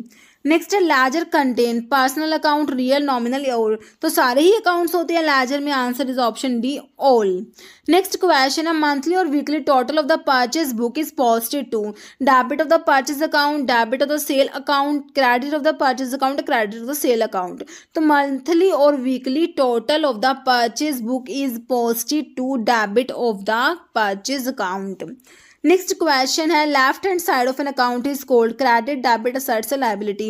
Left hand side of an account is called as debit side. Okay, left hand side को debit side कहेंगे और right hand side को credit side कहेंगे। Next है purchase indent is a type of legal document, internal document, external या all. Purchase indent क्या होता है, एक टाइप का इंटरनल डॉक्यूमेंट होता है। ओके, ऑप्शन 2 राइट हो जाएगा। नेक्स्ट है proof of equality of debit and credit balance is called, proof of equality of debit and credit balance is called balance sheet, journal, ledger, trial balance. तो ये आपका होता है ट्रायल बैलेंस होता है। ओके, ऑप्शन आपका D right हो जाएगा। नेक्स्ट है trial balance is it. Trial balance क्या है? स्टेटमेंट है, समरी है, लेजर है, अकाउंट है। देखिए ट्रायल बैलेंस क्या होता है? एक स्टेटमेंट होता है। ओके, ऑप्शन ए राइट हो जाएगा। ट्रायल बैलेंस क्या होता है? एक स्टेटमेंट होता है। Prepare to check the arithmetical accuracy of the book keeping entries into the date stated at the head of the trial balance. देखिए ट्रायल बैलेंस के बारे में वो लिखा हुआ है, it is a statement showing all ledger balances prepared as on a particular date. It is prepared to check the arithmetical accuracy of writing the transactions on debit and credit sides of two different accounts. Okay, तो इसमें हम arithmetic accuracy को check करते हैं trial balance में। ठीक है, list of all ledger balance is classified in debit and credit groups. If the debit total is equal to credit total, trial balance is set to be tallied. Okay, तो मतलब debit total debit जो है credit के equal होना चाहिए। Trial balance is not an account. ये देखिए कोई अकाउंट नहीं होता, क्या होता है? एक स्टेटमेंट होता है showing balance of all ledger account. ठीक है, तो ट्रायल बैलेंस क्या है? एक स्टेटमेंट होता है। नहीं स्टेटमेंट, अब पूछा statement prepare to check the arithmetical accuracy of book keeping entries. ठीक है, तो स्टेटमेंट प्रिपेयर की जाती है चेक करने के लिए arithmetical accuracy of the book keeping entry. तो इसे अभी हमने क्या कहा था? Journal, ledger, balance sheet, trial balance. तो स्टेटमेंट क्या है? हमारी ट्रायल बैलेंस होता है ना, ऑप्शन डी। नेक्स्ट है straight line layout is also known as product layout, combination layout, function या प्रोसेस लेआउट। तो इसे कहेंगे ये प्रोडक्ट लेआउट होता है। ओके, नेक्स्ट है financial position of business is ascertained on the basis of. Financial position of business is ascertained on the basis of trial balance, balance sheet, general या laser. तो इसका आंसर क्या हो जाएगा? हमारा बैलेंस शीट हो जाएगा, ऑप्शन बी। जैसे patent, copyright, trademark comes under. तो पेटेंट हो गया, कॉपीराइट हो गया, ट्रेडमार्क, ये सब क्या है? करंट असेट्स है, टेंजिबल है। टेंजिबल जिनको हम टच कर सकते हैं, जिनका फिजिकल एग्जिस्टेंस होता है। इनटेंजिबल जिनको हम टच नहीं कर सकते, फिजिकल एग्जिस्टेंस नहीं होता, या मिसलेनियस। तो पेटेंट हो गया, कॉपीराइट हो गया, ट्रेडमार्क, ये सब क्या है? ये इनटेंजिबल है ना, तो ऑप्शन 3 हो जाएगा, इनटेंजिबल असेट्स में आते हैं। ओके, और इसमें करंट असेट्स का लिखा हुआ है which are either in the form of cash और can be converted into cash. ठीक है, ये आपके करंट असेट्स होते हैं, जैसे कैश एट बैंक, बैंक में जो कैश है, बिल्स है, डेटर्स होते हैं, स्टॉक होता है, ये सब हमारे करंट असेट्स में आते हैं। जैसे fix assets are, fix assets क्या होते हैं? लैंड, मशीनरी, बिल्डिंग, देखिए सारे ही फिक्स असेट्स है ये। तो हमारा आंसर हो जाएगा ऑप्शन 4 ऑल। ठीक है, देखिए असेट्स में आपके फिक्स असेट्स होते हैं, है। फिक्स असेट्स में आपके टेंजिबल और इनटेंजिबल आते हैं। टेंजिबल में लैंड, मशीनरी, बिल्डिंग, फर्नीचर आ जाएगा। इनटेंजिबल में हमारे जैसे गुडविल, पेटेंट, ट्रेडमार्क, कॉपीराइट, जिनको हम टच नहीं कर सकते, इनटेंजिबल है ना। फिर करंट असेट्स में हमारा cash at hand, cash at bank, stock, bill, debtors, prepared expenses, ये सब करंट असेट्स में आते हैं। नेक्स्ट है below mentioned are tangible assets except. तो टेंजिबल वही जिनको हम टच कर सकते हैं, है ना। तो बिल्डिंग, मशीनरी, गुड्स टेंजिबल में आ जाएंगे, बाकी गुडविल तो आपका इनटेंजिबल में आता है। तो आंसर एक्सेप्ट पूछा हुआ तो ऑप्शन डी हो गया। ओके, तो टेंजिबल में वही लैंड, मशीनरी, बिल्डिंग, फर्नीचर आ गया, तो गुडविल आपका किस में आ जाएगा? इनटेंजिबल में। तो फिर से गुडविल के बारे में पूछा, goodwill is an example of intangible assets, current assets, fixed assets या नन। तो किस में आता है ये? गुडविल इनटेंजिबल असेट्स में आता है ना। पेटेंट, कॉपीराइट, आपका गुडविल, ये सब आपका इनटेंजिबल असेट्स में आता है। जैसे विच among the following comes under current liability. Current liability कौन सी है? बॉन्ड्स है, डेटर्स, डिबेंचर्स है, ये कैपिटल है, बैंक ओवरड्राफ्ट है। तो आपके जो करंट लायबिलिटी में बैंक ओवरड्राफ्ट आ जाएगा। नेक्स्ट है working capital ratio is also known as current ratio, efficiency ratio, solvency ratio, liquidity ratio. तो वर्किंग कैपिटल रेशो को और क्या कहेंगे? करंट रेशो भी बोलते हैं। ऑप्शन आपका ए राइट हो जाएगा। कि देखिए जो आपका करंट रेशो कह रहे हैं is calculated by dividing current assets को करंट लायबिलिटी से डिवाइड करके इसको कैलकुलेट करते हैं करंट रेशो को। ओके, तो कह रहे हैं generally working capital ratio of less than 1 is taking as indicative of potential future liquidity problem, while a ratio of 1.5 to 2 is interpreted as indicating a company is on the solid financial grouping in term of liquidity। ठीक है, तो आपका जो ये ratio होता है 1.5 से मतलब 2 होना चाहिए। करंट रेशो कितना होना चाहिए? 2 होना चाहिए। ओके, नेक्स्ट है dash is use to measure the ability of a firm to meet its current liability. Liquidity ratio, capital turnover ratio, inventory turnover ratio या प्रॉफिटेबिलिटी रेशो। तो आपका लिक्विडिटी रेशो होता है, ये option A. Next generally current ratio of dash in market is considered as satisfactory. तो अभी हमने देखा करंट रेशियो के बारे में, तो कितना करंट रेशियो होना चाहिए, तो मैंने अभी आपको 1.5 to 2 बताया था ना, तो आपका देखिए ऑप्शन सी हो जाएगा 2। ओके, ऑप्शन सी राइट हो जाएगा। करंट रेशियो आपका वही वर्किंग कैपिटल रेशियो, तो जनरली करंट रेशियो जो 2 होता है ना वो consider satisfactory. Okay, current ratio of 2 का मतलब होता है for every 1 rupees of current liabilities 2 rupees of current assets are available to pay them. To find your current ratio you would divide the current assets को current liability से divide करना है, हमने देख लिया। Next ratio analysis related with association between sales and assets of firm is profitability ratio, efficiency, liquidity, solvency ratio. तो इसे क्या कहेंगे, इसे कहेंगे एफिशिएंसी रेशियो कहेंगे। ओके, ऑप्शन बी राइट हो जाएगा। तो एक्टिविटी रेशियो, एफिशिएंसी रेशियो क्या होता है, intended to measure the efficiency with which the firm manage and utilize its assets. Activity ratio is a test of the relationship between sales and various assets of a firm. Next है price of a drug depend on, एक drug का price किस किस बातों पे जो है depend करेगा, कॉस्ट ऑफ रॉ मटेरियल की कॉस्ट पे, गवर्नमेंट रेगुलेशंस पे, कंजप्शन पे, और सभी पे डिपेंड करेगा, है ना। Price of a drug answer is option 4। मतलब विच is not a component of the drug supply management eight A healthy facility. तो हेल्थ फैसिलिटी जो है वहाँ पर जो ड्रग सप्लाई मैनेजमेंट का कंपोनेंट नहीं है। Preparations of drug store, supply, ordering, receiving suppliers, setting up pharmaceutical company. तो नोट में आपका हो जाएगा option 4 setting up pharmaceutical companies. Okay, next है ए receipt given to a seller to a buyer who has return good, ठीक है, which can be offset against future purchase, credit note, debit note, invoice या bill. तो इसे कहेंगे credit note कहेंगे। तो credit note होता क्या है, कमर्शियल डॉक्यूमेंट होता है इशूड बाय सेलर, सेलर जो है बायर को इशू करता है। Credit note act as a source document for the sale return journal. In other word, credit note is evidence of reduction in sales. It is a receipt given to the customer who has, जो जिसने मतलब कि goods return किया है, goods लौटाया है ना, तो उसको दिया जाता है। कस्टमर जिसने गुड्स वापस करा है तो उसको रिसिप्ट देते हैं ना, उसे बोलते हैं credit note, which can be offset against future purchase. Okay, next है in the context of marketing what is the primary purpose of conducting, market research conduct करने का पर्पस क्या है, to improve the quality of product, to understand customer preference and needs, to increase selling price of product, या to reduce cost of production. तो ये option 2 right हो जाएगा, to understand customer preference and needs. Next question है selling a product at a reduced rate as compare to other competitor is a dash type of policy. Regular pricing है, old pricing है, price leadership है, competitive pricing. तो competitive pricing में आ जाएगा, option आपका D right हो जाएगा। ओके, हमेशा की तरह क्वेश्चन जिसका आंसर आप लोग देने वाले हैं, book of original entries, journal ledger, cash book and none. इसका आंसर आप लोगों ने कमेंट बॉक्स में देना है। इस वीडियो में इतना ही। अगर आपको वीडियो अच्छी लगे तो लाइक करना, शेयर करना, चैनल पे नए हैं तो मेरे आप लोगों से रिक्वेस्ट है कि चैनल को प्लीज सब्सक्राइब जरूर करना। Okay, thank you.